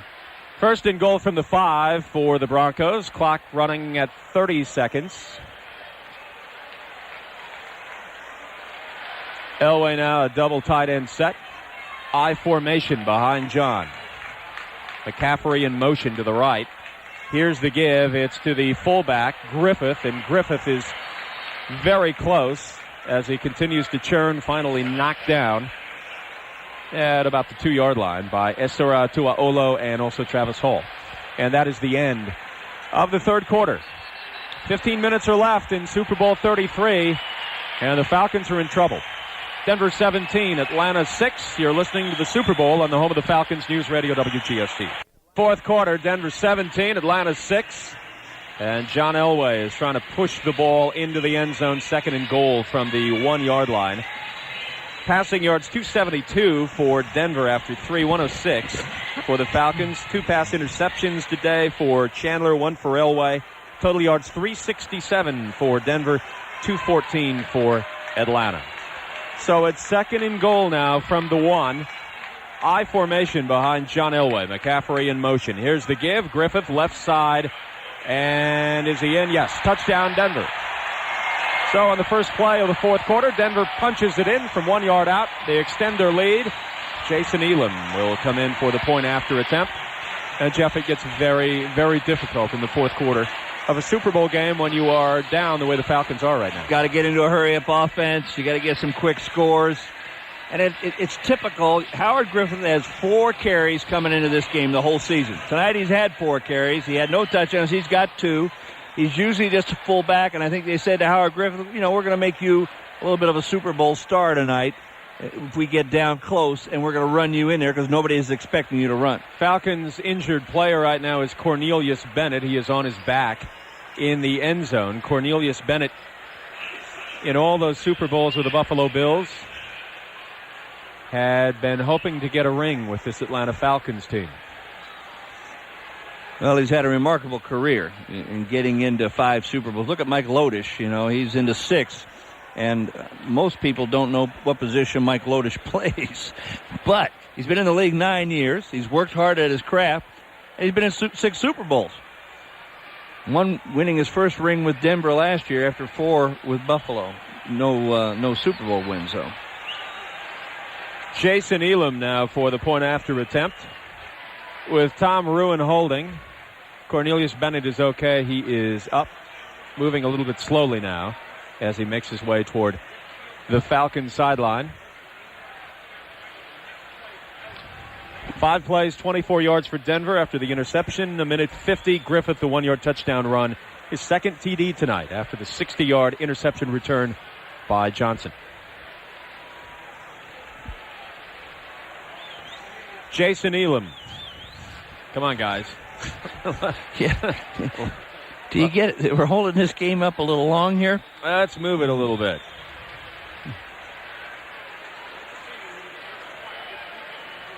Elam in for the point after attempt. He is waiting. Here's the snap, the hold, the kick. It's up, and it is good.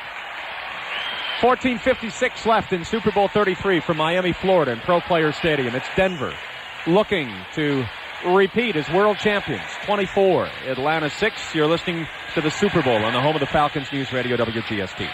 Welcome back, everybody. I'm Jeff Hullinger with Jeff Van Note and Pete Davis. We are at Super Bowl 33, where it has not been much fun from the Falcons standpoint in this game. Denver 24, Atlanta 6. Falcons led 3-0, and from there it has been downhill ever since. Jason Elam will kick off from left to right across your radio dial. Tim Dwight is the deep man. Here's the kick. Dwight will field it at the 5, the 10, coming back toward the middle. 20, 25, and tripped up, goes down at the 30-yard line, out to about the 31. Derek LaVille on the tackle on special teams for the Denver Broncos. 14:46 left, Denver 24, Atlanta 6. You're listening to the Super Bowl on the home of the NFC champion Atlanta Falcons, News Radio WGST. Welcome back, everybody. I'm Jeff Hullinger with Jeff Van Note and Pete Davis. Last 2 Falcon possessions, 2 interceptions, and really has started to seal the Falcons' fate, unfortunately, down 24-6 here in the fourth quarter with 14:46. 1st and 10 now from the 30-yard line for Chris Chandler. Mathis right, Martin left. Broncos are showing blitz with Romanowski. Chandler will throw. Here comes the pressure. Trying to get away from it. Chandler throwing the football complete to O.J. Santiago with the 42-yard line. Makes the catch. That's enough for a Falcons first down. Nice play by Chris Chandler, who was facing a very, very tough rush in the form of John Mobley. And also Bill Romanowski was able to get away from it and find O.J. Santiago at the last moment. Yeah, they brought Cordez up, Glenn Cordez up over the center, over Schreiber, and also crisscrossed him with Mobley behind him. Good job of picking up Mobley, but Chandler, scrambling, made the play. 1st and 10 from the 43-yard line. Now in motion, Terrence Mathis, far side of the football field, along with Tony Martin. Here's the pitch, right side. Jamal Anderson gets the carry, 45-50. 45, spinning down to the 43-yard line. Another first down for the Falcons. That is a nice pickup of 14 yards for Jamal Anderson. Tackled by Tyrone Braxton. Let's go to Pete Davis. Pete? Center Robbie Toback has come out back on the Falcons sidelines. Unfortunately, he's in street clothes and a large flexible cast on his right leg. Back to you, Jeff. Sorry to hear it. 1st and 10 from the 42-yard line now of the Denver Broncos. Falcons need some points. They need them in a hurry. Tony Martin is split to the left. Terrence Mathis is to the right. Kozlowski and Jamal Anderson are in the I formation behind Chris Chandler. Falcons down 24-6. 13:28 left in this game of Super Bowl 33. Now in motion, Tony Martin. Play action. Chandler deep drop looking near side of the field. Tony Martin complete, knocked out of bounds at the 26-yard line. Enough for another Falcons first down. Coverage by Darian Gordon, who knocks him out. It's a gain of 16 yards. Been very successful, but the 3 best plays in a row tonight. Of course, you're playing with a 24-6 cushion, but Denver has come after him a couple times, a little bit of blitz. Now, they've been down here before, 4 times in the first half, and they came away with 2 field goals. They need a touchdown very quickly. Falcons got to move here. 13 minutes left in this ball game. Martin left, Mathis right. 1st and 10 from the 26-yard line of the Denver Broncos. Falcons have not gotten into the end zone yet. Chandler, play action, setting, throwing across the middle. No. Intercepted by Darian Gordon. Gordon with some running room. 30, 35, 40, 45, 50, and tackled in Falcon territory at the 48-yard line. 3rd interception of the day for Chris Chandler. And the Falcons now with 3 drives here in a row and 3 interceptions. And that's not good. 12:37 left in the football game. Denver 24-6, and they have the football. You're listening to the Super Bowl on the home of the Falcons, News Radio WGST. Listening to Super Bowl 33 on WGST Atlanta, Canton. All right, so the Broncos have the football again, and again it's in Falcons territory, looking at 1st and 10 from the 48. Jeff, it's really, you know, you sit and you watch this game. It's so discouraging after what we have seen from the Falcons all season long offensively, and to see them play the way that they have against the Denver Broncos defense that's very good, not to take anything away from them, but just not to be playing very well. Well, you know, 4 times in the first half, missed field goal, 4th down to get 2 field goals. Now in the second half, 3 times 3 interceptions. Horrible offense. 1st and 10 for Elway. Play action in trouble. Just dumps the ball out to Terrell Davis. Davis in the flat now has enough for a 1st down. On his feet, Terrell Davis trying to get into the end zone, and he is knocked out of bounds. Let's see where they spot the ball. It is going to be spotted at the official will spot it at the 7-yard line. William White sends him out. And it's a gain of 39 yards for Terrell Davis. And the Denver Broncos are inching up. Maybe not inching up anymore, but closing in on repeating. Got a fine, high-powered offense. Their ability to make plays when they have to and to empty the backfield is something I've never seen so frequently in the NFL. Elway on the give this time to Derek LaVille, and LaVille is tackled. He is down to the 2-yard line. Tackled by Eugene Robinson. And the Broncos are knocking on the door once again. The question is, from the Denver perspective and the NFL perspective, is this the final game for John Elway? Will he come back and play next season? Well, he missed 4 games with injury. He did not get that 3,000-yard plateau this year. He still had a nice year with 2,800 yards, but I think in people's careers, going out on top is a big thing. That's not to say that Denver's not going to be there next year, though. Elway has called a timeout. He will go over and talk with Mike Shanahan, and we'll take a break as well. 11 minutes, 24 seconds left in Super Bowl 33. It's Denver 24, Atlanta 6. You're listening to the Super Bowl on the home of the Falcons, News Radio WGST. 2nd and goal from the 2-yard line for the Denver Broncos, looking for another touchdown. Trying to close out the Falcons in this Super Bowl, even though there's a lot of time left.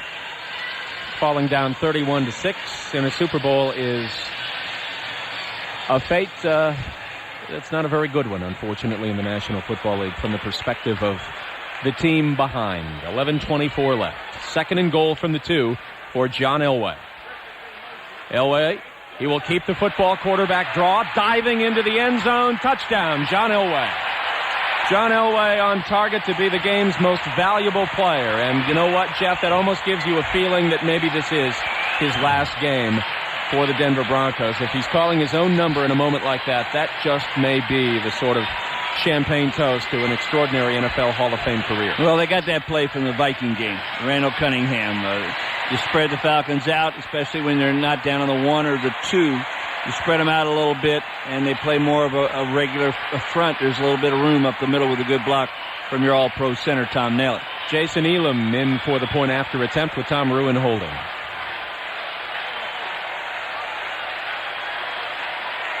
Here's the snap, the hold, the kick. It's up, and it is good. 11 minutes, 20 seconds left in Super Bowl 33 from Miami, Florida. Denver has broke it open. Denver 31, Atlanta 6. You're listening to the Super Bowl on the home of the NFC champion Atlanta Falcons, News Radio WGST. And a reminder, Dave Stone will be taking your phone calls after the game tonight. Talk a little bit about a Falcons season that has brought so much joy to so many people. It has been a historic season in the history of the Atlanta Falcons, and it has been a marvelous story to watch folks get turned on and jacked up for this Falcons team that has been so much fun to watch. You started this with about 2 minutes left in the game last week. Now you're a little early this week. I'm just saying it's been a fun season to watch football. This game has not been much fun. Jason Elam with the kickoff from left to right across your radio dial. Here's Tim Dwight. He texted at 5, 10, 15, 20. 25, looking to get outside, 30, 35, 40, 45, 50, Tim Dwight. Yes! It's up, yes! Race. Yes! Tim Dwight, 20, 10, 5, touchdown. 94 yards, wow. Tim Dwight finally gets the Falcons on the scoreboard. They get them on the scoreboard as far as the touchdowns go. Falcons have only done anything today with field goals, but that changes all. Oh, man. He made a move on a guy about the 45-yard line where the guy said, I know he's going to take it outside. Instead, he took it back up the middle. And then the kicker was no contest, Jason Elam. What a tremendous football player he is. Isn't he sensational? He's an exciting player. I'm watching a replay. And the move he put on, I think it was Torrey James. That's who it was, 20. He's a big-time player. And I'll tell you what, whoever found him in the draft deserves a raise tomorrow, you know? Bonus. A little extra in that paycheck. Morton Anderson now with a point after attempt. Here's the snap, the hold, and the kick is up, and it is good. 11 minutes and 1 second left, and a fight has broken out on the field right now. See Bob Whitfield in the middle of that with a couple of Falcons that he has by the throat. No, they throw a flag? Did they just throw a flag? I have not seen a penalty marker so far. Let's see. Neil Smith. There's one down on the 5-yard line now, a flag. And it might be against Denver on the kickoff. All right, we're going to take a break here. 11 minutes and 1 second left. It's Denver 31, Atlanta 13. You're listening to the Super Bowl on the home of the Falcons, News Radio WGST. So, Jeff, the personal foul will go against Denver here. And Morton Anderson will tee up the ball at the 45-yard line. I think you can bet you're going to see an onside kick here. Falcons down 31-13, 11:01 left in the fourth quarter here is Super Bowl 33. So Anderson waits for the signal, gets it. And here comes Morton Anderson. He is stepping up to the football and the onside kick to the near side of the football field. Let's see if the Falcons are able to come up with it. Is it Denver? Yes. The signal is the Broncos have come up with the ball. It has been recovered by the Denver special teams. I think it was Shannon Sharp. Yeah. No, it was Byron Chamberlain. I'm sorry, Byron Chamberlain. The tight end who came up with it. So ball is spotted at the 46-yard line of Denver, and John Elway checks back in with that Broncos offense. John Elway's numbers so far, pretty good. 17 of 26, 311 yards, 1 touchdown, and 1 interception. Rod Smith is split to the left. Ed McCaffrey is to the right. Terrell Davis is the single setback. It's a double tight end set for the Broncos on 1st and 10. Here's the give. Terrell Davis, right side. Davis now in Falcon territory, gets down to the 49-yard line. Travis Hall and Chuck Smith converge to bring him down. Well, here's where you've got to depend on somebody ripping the ball loose. And I think I saw where Terrell Davis had fumbled once in his last 35 games. And that was just a couple of weeks ago. He had a fumble against somebody. But that's how ball secure Terrell Davis has been with the football. 2nd and 6 from midfield for John Elway. Receivers left and right. Single setback is Davis. Davis gets the call. Left side looking outside, cutting inside, and being taken down by Chuck Smith and Shane Cronette again. And the clock continues to run at 10 minutes and 8 seconds left in Super Bowl 33. 31-13, Denver leading Atlanta. I really like their attack, the way their offensive line. It's man-on-man blocking. It's zone blocking, as they like to say, but they really stretch it defensively. One way, left, right, and then Terrell has the tremendous cutback ability and the quick acceleration north-south coming out of a lateral move. Terrell Davis, 20 carries, 89 yards. 3rd and 5 for John Elway, the 49-yard line of the Atlanta Falcons. Elway will throw, setting up, deep drop, far side of the football field. Ed McCaffrey has it. First down, McCaffrey on his feet, and he is knocked out of bounds at the 24-yard line. It's a gain of 25 yards. Elway's had way too much time tonight, and that's been the product of the Denver offensive line, have done an excellent job of keeping that front four out of there. The Falcons, they've neutralized that. And when he has that time, you're just not going to cover guys long enough. Not very good coverage that time, though, by Ray Buchanan and William White. And no sacks on John Elway in this game. If you don't put any pressure on John Elway, who reads defenses so well, who has such a great arm, who understands the flow of the game so well, I mean, you're really asking for your own demise. 1st and 10 from the 24-yard line of the Falcons for Elway. Here's the give. Terrell Davis left side. He bulls his way down to about the 20-yard line. It looks like a gain of 4, and tackled by Antonio Edwards. Long way from Valdosta State for Antonio Edwards. 6-year pro, 6'3", 270 pounds. And the shame of this game more than anything is that it's nationally covered in national media. And I think the Falcons are going to be taking the woodshed a little bit because they did not play up to their capability, and Denver played like they normally play. And it's going to be a relatively easy victory depicted in the papers, and rightly so. The Falcons didn't do anything when they had to offensively, and their defense has played way too long. 2nd and 6 from the 20. Pitch, Terrell Davis. Left side, Davis cuts it back inside and tackled at the 19-yard line by Jesse Tuggle. Jesse only has 3 tackles this afternoon. Been very quiet. They've effectively neutralized him. This Howard Griffin is a fine blocker. He was at Carolina a couple of years. Mm-hmm. At the same time, Bob Christian was there, and you can see the premium being put on fullbacks in the NFL, their blocking ability. I think it mostly started with Daryl Johnson all of a sudden, who started to get the big money and the big play for his job down with the Dallas Cowboys. Clock running at 7 minutes and 23 seconds left. 3rd and 4 from the 18. Elway out of the shotgun. McCaffrey is in motion. Here comes the pressure from the Falcons. Elway going up top. It's incomplete. Far side of the football field. Looking for Willie Green. Michael Booker was there with the coverage, and Jason Elam will come out and attempt a field goal. He's 1 for 3 tonight. He has hit from 26, missed from 38 and 48. And we'll see how he fares here. And I think one of the shames tonight is that this Falcon defense has acquitted itself fairly well at times. They've scored a lot of points, but he's missed 2 field goals. They've held him now to 4 field goal attempts. They've also garnished an interception, and they've been on the field too long. They've held Davis down. Elam from 37. Here's the kick. It's on the way. It's up, and it's good. This time he nails it from 37 yards out. 7:08 left in the ball game. Super Bowl 33. Falcons and the Broncos, all Denver. 34-13. There just hasn't been a lot of things to cheer about for the Falcons today. There's a little bit of a window of opportunity for them after the misses by Jason Elam. Not 1 miss, but 2 misses. Unfortunately, Chris Chandler cannot take advantage of it, and Chandler, who has been so masterful all season long, has struggled in the Super Bowl. His numbers, Chandler, let's take a quick peek at them. He is 10 for 20, 148 yards, and 3 interceptions. Well, I think you pointed out in the first half, even though it was 17-6 halftime game, the Falcons miss a field goal, miss a 4th down, and have to settle for 2 field goals in the first half when they were 4 times in the red zone. And then in the second half, the 3 interceptions right in a row when you're trying to get back in the game. Those things just kind of just jump right out at you as an offensive football team. Here is Elam, and this time Elam will try to avoid Tim Dwight. That's smart. It is picked up by Kozlowski, and Kozlowski is brought down at the 20. It looks like about the 23-yard line. Let's see where they end up spotting this football. But you want to stay away from Tim Dwight after that return of his. A spectacular return where the Falcons get the ball into the end zone at long last. So John Elway, in all probability, Jeff, wouldn't you guess, will be the MVP of the Super Bowl?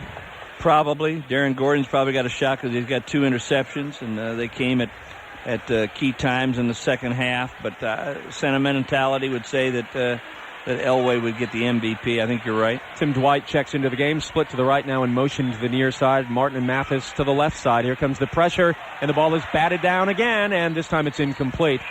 Man, oh man, the Broncos have been batting that ball down from Chris Chandler, and Chandler has been facing a ferocious attack from the Denver Broncos today, but he has also struggled a little bit in making the right decision. And this time batted down. It looked like Alfred Williams got his hand on that football. Well, they're going to be coming after every play. They're going to be twisting and stunning up front. They might even throw the blitz in there, and the blitz has hurt the Falcons a couple of times tonight. 2nd and 10 from the 24-yard line of the Falcons. 6:54 left in the game. 34-13 Denver. Chandler out of the shotgun. Harold Green into the game along with Jamal Anderson. Here comes the rush. Chandler steps up. He'll keep the football, and he will go down at the 29-yard line. Tackled by Ma Tanavesa, 5-year pro out of Hawaii, the right end who ran Chris Chandler down from behind. They will mark it just short of the 30-yard line, so that'll bring up 3rd and 4 from the 30. Clock running at 6:32. They run that same blitz up the middle, the one that hurt the Falcons by the Saints when they crisscrossed the linebackers with Romanowski and Cadrez, the middle linebacker, up the middle. Schreiber didn't do a good job picking it up. Shotgun formation, 3rd and 4 from the 30 for Chris Chandler. 2 to the right, 1 to the left. Here comes the pressure. Chandler gets it away. Near side, Tony Martin makes a great catch. Great catch at the 48-yard line. Yes, he comes down with it. First down, Falcons. Steve Atwater knocks him out of bounds. It's a pickup of 18 yards. Stops the clock at 6:08. Boy, Tony Martin is what a terrific football player. He and Chris Chandler this season have really done some wonderful things that have made Sundays so very pleasurable to watch football.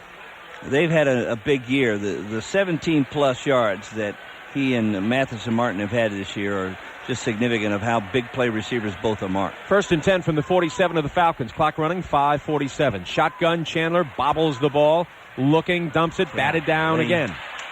It is batted down again by that man, Alfred Williams, 6'6", 265 pounds, 8-year pro out of Colorado. That's at least 4 batted passes, too. Yeah.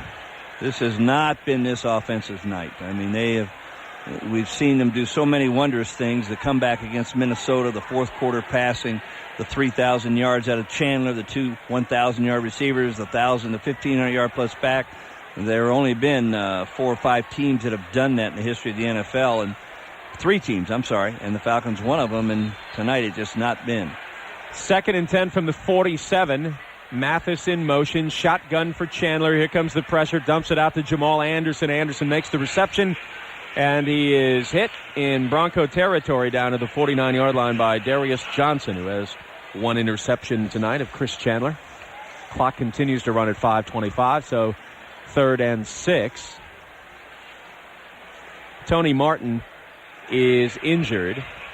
He is out of the ball game. We're taking a look at him right now, and doesn't appear to be too serious. He is standing, talking with the team trainer. 3rd and 6 now from the 49-yard line of the Denver Broncos. Shotgun formation for Chris Chandler. Here's the snap. Here comes the pressure. Chandler looking, firing across the middle, completing. Has Mathis. First down, Falcons. First down as he is making the catch at the 40-yard line. Bill Romanowski on the coverage for Denver on the tackle. Pickup of 14 yards for the Falcons. 4 minutes, 41 seconds left in Super Bowl 33. He just took another hit, talking about Chris Chandler. The Falcons' offensive line has yet to pick up this stunt. It's a double tackle end around kind of game that they're just lost. They're letting one guy penetrate all the time and hit Chandler. 1st and 10 from the 40 for Chris Chandler. Chandler on the draw out of the shotgun to Jamal Anderson, and Anderson is tripped up. Anderson felt like he maybe should have tried to get out of that tackle, was angry when he slammed the ball to the turf. Tackled at the 38-yard line by Marvin Washington. Pickup of 3. Clock is running at 4 minutes and 2 seconds. Falcons in a hurry-up offense right now. 2nd and 7 for the ball spotted at the 37-yard line. 3 wide receivers. 2 to the left, 1 to the right. Now stepping up to the center is Chandler. Slings it out to Terrence Mathis near side. Mathis looking for a little bit of running room. Can't find any. Is unable to get out of bounds. Tackled by Ray Crockett. Clock continues to run at 3 minutes and 39 seconds. 34-13 Denver. You keep waiting for the blitz. You got to find the blitz, and you get yourself some one-on-one. Otherwise, you got to work against this zone, and everything is short and it's underneath. It's a draw play, things like that. It's very difficult. You're using a lot of clock. Harris to the left, Dwight and Mathis to the right. Shotgun formation, 3rd and 4 from the 34 for the Atlanta Falcons and Chris Chandler. Chandler takes the snap. Here comes the blitz. Chandler firing the ball across the middle, almost intercepted. Firing into double coverage, looking for Tim Dwight around the 17-yard line. Bill Romanowski, for a moment there, looked like he might have an interception. Well, they did a nice job talking about Romanowski and also Mobley getting back into that middle of the field. It looked open very, very briefly as they came with a blitz up the middle. Cadrez, the middle linebacker, coming right up the middle, and then all of a sudden Romanowski and Mobley closed it off. Excellent linebacker play. So it's 4th and 4 from the 34 of Denver. Falcons will go for it. Jamal Anderson single setback. 3 wide receivers right, 1 to the left. Here comes the pressure from the Broncos. Chandler firing it out to Terrence Mathis. Mathis makes the reception. Far side of the football field. Run out of bounds at the 25. First down, Falcons. Run out by Ray Crockett. It's a gain of 11 yards. And the clock stops. I think counting the batted passes, that might be the very first time tonight that the Falcons have beat the blitz for a gain, for a plus play. So it's 1st and 10 from the 24, the Denver Broncos. Ronnie Harris goes to the right. Mathis and Tim Dwight, O.J. Santiago in a cluster on the left side. Now Santiago in motion. Chandler will throw, setting up, getting away from the pressure, dumping it across the middle to Ronnie Harris. Harris makes the reception, tackled at the 18-yard line. Pickup of 7. They'll put it at the 17, so 2nd and 3. Clock running now, 2 minutes and 44 seconds. Push it to the end zone. Come on, just push it down the end zone. Chandler 16 of 29, 200 yards and 3 interceptions right now. 2nd and 2, 16-yard line. 3 wide receivers to the right, 1 to the left. Chandler will throw, sets up, looking for 6, has Tim Dwight out there and overshoots him.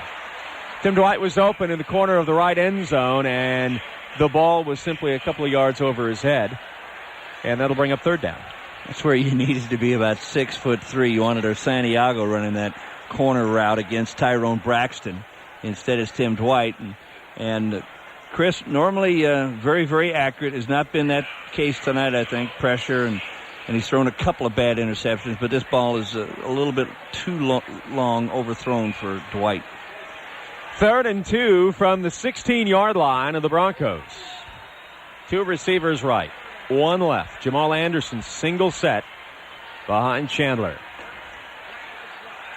Chandler quick drop, quick throw. Ronnie Harris near side. 10-5. Pushed out of bounds at the 4-yard line.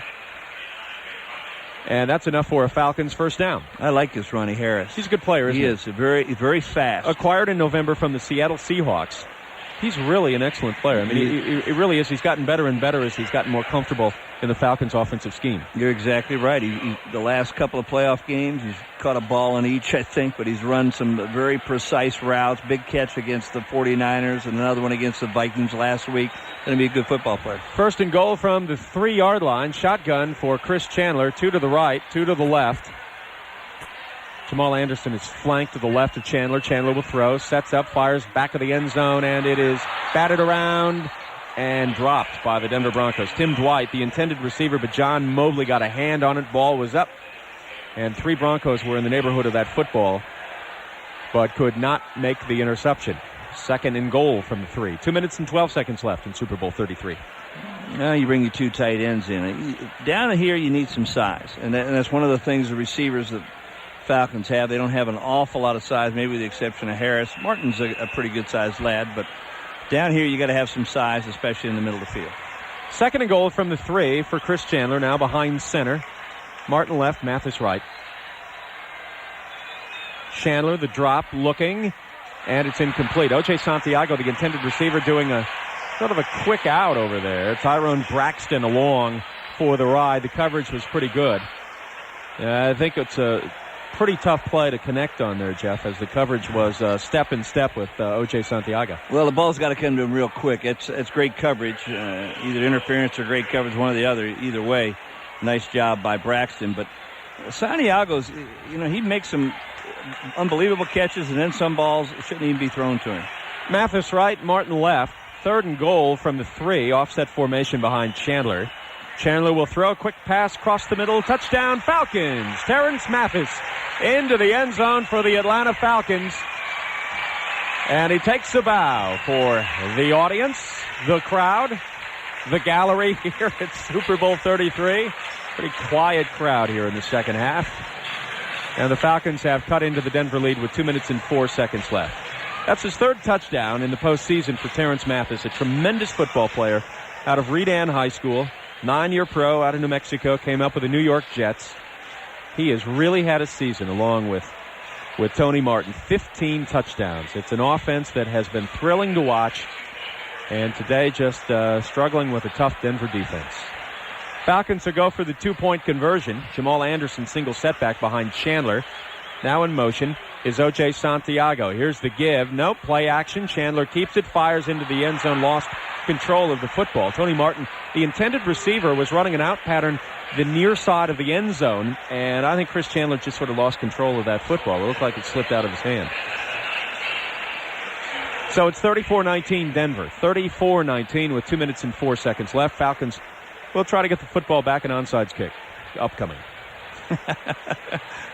I want to tell you, I had a good time doing the Falcons. Boy, did I have a good time, too, you know? It was a fun year. It was an year. honor and a pleasure. Here we are, sitting at the Super Bowl, and granted, this was a disappointing evening. But you know what, doggone it, how thrilling it was to follow the Atlanta Falcons. The only real sad aspect, other than a loss in this game, there's not a game next to it, or the week after. I mean, it's been that much fun. I'm going home. I got to paint some rooms. I'm going to Louisville. I got to paint a couple of rooms. My wife and I need to spend some time together too after these road you work trips, too much. You know, of course, you're younger than me. You're much younger than I am. You I'm work 40. too much. I'm not much younger than you. I remember 40. Yeah, Jeff, it's been great working with you. And Miller Pope, our engineer, has been so great. And Kim Anderson, our spotter, and Rick Baker. I mean, gosh, I tell you what, hanging out with you guys on the weekends, I will miss it in the spring. Pete Davis. We don't want to forget about him, the ever-present one. And Rick back in the studio, and, of course, Edgar Triggins. Here's Morton Anderson with the onside kick. Denver comes up with the football. It is gathered in by Byron Chamberlain, the 4-year pro out of Wayne State, who has played a pretty doggone good football game today, as he has stepped in for Shannon Sharp, the injured one. And Chamberlain's going to hang on to that football. 2 minutes. We are at the 2-minute warning. 2 minutes are left in Super Bowl 33. It's Denver 34, Atlanta 19. You're listening to the Super Bowl on the home of the Atlanta Falcons, News Radio WGST. Welcome back, everybody. I'm Jeff Hullinger, along with Jeff Van Note and Pete Davis. The final 2 minutes of Super Bowl 33. Each team has had 59 offensive plays. Denver, 452 yards of offense. Atlanta, 334 yards. And the Broncos have the ball. 1st and 10 from the 37-yard line of the Atlanta Falcons. McCaffrey in motion left side. Here's the pitch. Terrell Davis looking to cut it back, and he goes down. Gets back to the line of scrimmage and then reaches out a little bit. I think he's got a gain of a yard, maybe two. Travis Hall is there. Favorite moment from this season, it's got to be in Minneapolis. It's got to be that drive. It's got to be where Chris Chandler brings this club firing through all of the noise at the Metrodome. And then the kick by Morton Anderson. It is a searing, unforgettable moment. That's one of the great highlights in the history of Atlanta sports. Well, I think beating 49ers twice, because they have been such a strong nemesis in owning the NFC West, and you have to send that message to them. And I think they've got cap problems. I think they're going to be stuck with a lot of cap money that's going to have a great difficulty rebuilding that defense, which is so bad. But, you know, obviously that was a huge win. But I think if I look back about the year, beating them twice is a lot of smug satisfaction, I think. 2nd and 10 from the 37 of the Falcons for John Elway. Double tight end set for the Broncos right now. Here's Terrell Davis, right side. Give. Out across the 35-yard line. Maybe to the 34. Clock is running at a minute 46. It has stopped. I think I get my backups in there. Let everybody get in? I think so.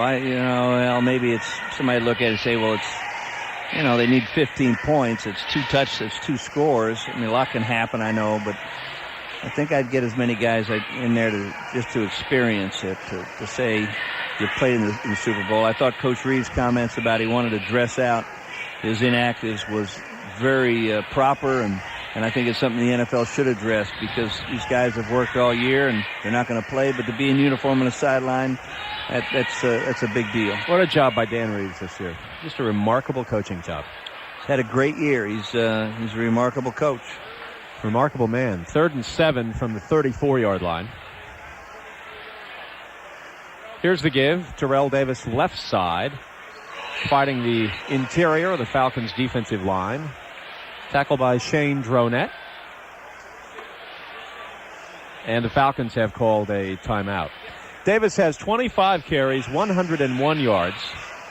Has not been the defining figure of this game that I think the Falcons feared over the last 2 weeks, about a guy who can pick up 200 yards in a flash on you. I mean, the story of this game has been the Falcons' offense inability to punch the ball into the end zone when they had opportunities to do so. Too many mistakes, 3 interceptions here in the second half, a tough day for Chris Chandler, and a Denver Bronco defense that did its job.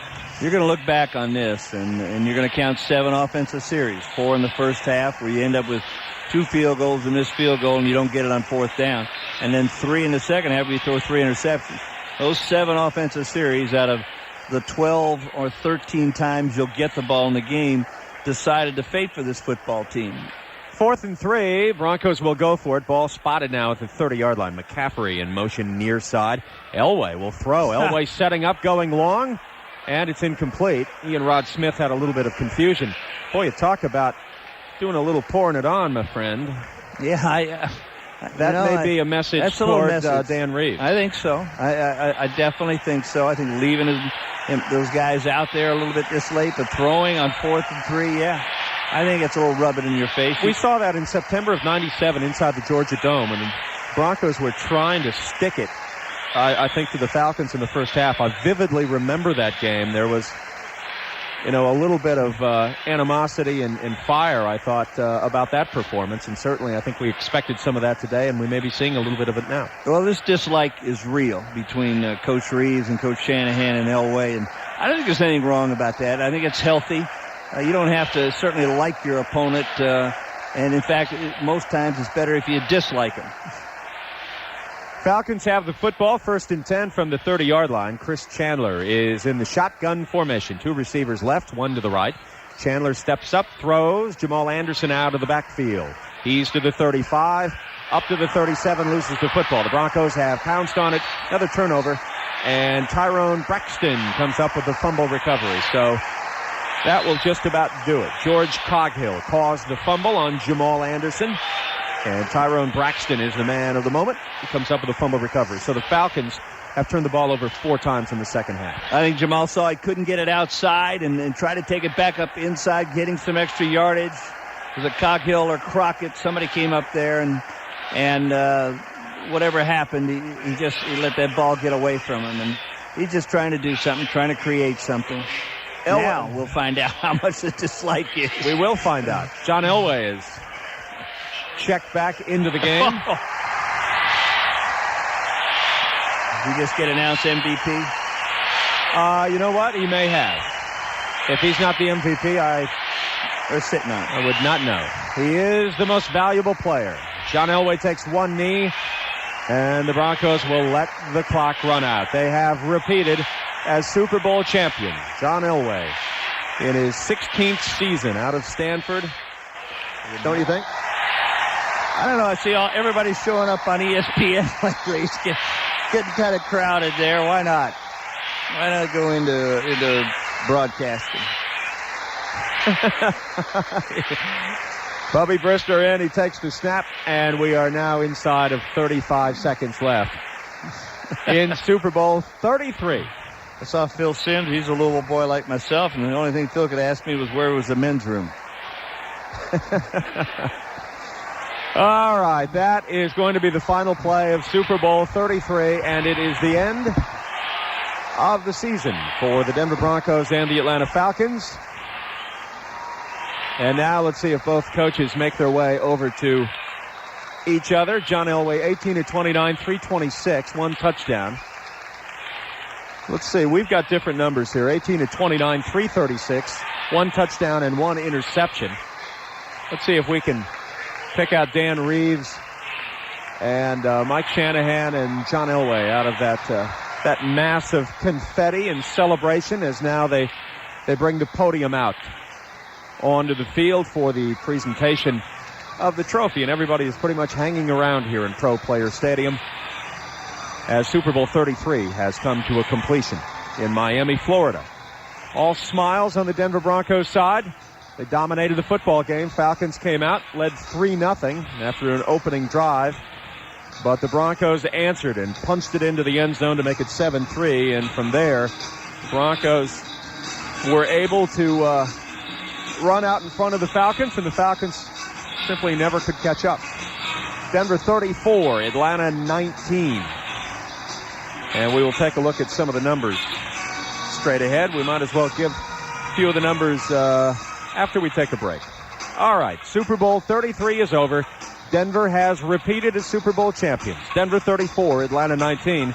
You've been listening to the Super Bowl on the home of the NFC champion Atlanta Falcons. News Radio. You're listening to the home of the NFC champion Atlanta Falcons. News Radio WGST. This is the Home Depot postgame show. Now we take you live to Pro Player Stadium in Miami, the site of Super Bowl 33. Well, it is over. The season has come to an end, and Denver has won 34-19 with the Atlanta Falcons. KC and the Sunshine Band, the icons of 70s disco, now are cranking it up. KC, like a lot of athletes out of the 70s, has put on a few pounds since we last saw him hitting the old Studio 54. But it was great seeing a Super Bowl game. It was great being able to bring it to you here on WGST, and it was disappointing to see what happened transpired today. Let's give you some numbers as far as this Denver Broncos victory over the Atlanta Falcons. John Elway, the most valuable player, is Super Bowl 33, 18 of 29, 336 yards, 1 touchdown, 1 interception. Terrell Davis, 25 carries, 101 yards. In a season where he rushes for over 2,000 yards, he gets his 100 yards in the Super Bowl. Some of the other numbers, Smith, 5 catches, 152 yards, 80 of them on that touchdown in the first half. Ed McCaffrey had 5 catches for 69 yards. The Broncos only punted the ball once today. Tom Ruin punted the ball once. That was in the first half, a 35-yarder. And I think that really gives you an overview of what the Broncos did offensively, that really the Falcons had a tough time stopping them, and certainly the defense was on the field a long time today because of the offensive problems for the Falcons. 22 first downs for the Denver Broncos and 458 total yards for the Broncos today. That is tough stuff. Third down conversions, 6 of 13 for Denver. Not many penalties in this game, only 4 for Denver for a total of 61 yards. For the Falcons, none. They didn't have a single penalty in this football game today. Chris Chandler had a tough afternoon, 19 of 35, 223 yards, 1 touchdown. He had 3 interceptions, and all 3 of those came in the second half. And if the Falcons were attempting to get something going offensively when the door opened, courtesy of Jason Elam missing a couple of field goals, then those really snuffed it out. Dan Straczynski only punted the ball once today for a total of 39 yards. Jamal Anderson, 18 carries, 95 yards. He had 1 fumble. As far as receptions go, Martin and Mathis, Terrence Mathis had 7 catches for 84 yards. What a joy and a pleasure he has been, along with Chris Chandler and Jamal and Tony Martin, to watch in the splendid season for the Falcons. Tony Martin had 5 catches for 79 yards. And you can't forget about Tim Dwight. Dwight with the touchdown off of the kickoff. He went 94 yards. That is the 3rd longest in Super Bowl history. And you look at Tim Dwight and you think about the fact that he is going back to Iowa, where he's going to run some track and field for the club in the spring of 1999. And you wonder how good he's going to get. He's going to get awfully good in the National Football League. Now the presentation of the Lombardi Trophy, as owner Pat Bolin, Terry Bradshaw, and Mike Shanahan are up. Paul Tagliabue will give the Vince Lombardi Award which is emblematic of the world champions, to Pat Bolin, owner of the Denver Broncos. Pat and Mike, You faced a very, very tough Atlanta Falcons team at the top of its game. But today, your team, the Denver Broncos, capped another outstanding season with a dominating performance. Congratulations to the two of you and to the whole team on becoming the first AFC team in almost 20 years to win back-to-back Super Bowls.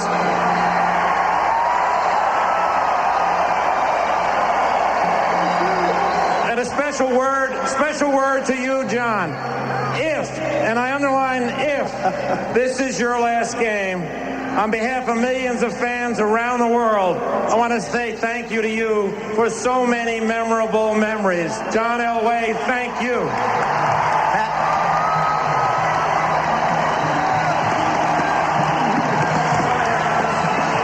Pat, this is your 5th Super Bowl since you own the Denver Broncos. I have to suspect that the best 2 moves that you've made as owner, number 1 was bringing Mike Shanahan back as your head coach, and number 2, convincing, if that's a good word, John Elway into coming back for a 16th season. Well, I hope I can convince him to come back for a 17th. But I'd like to just say a few things.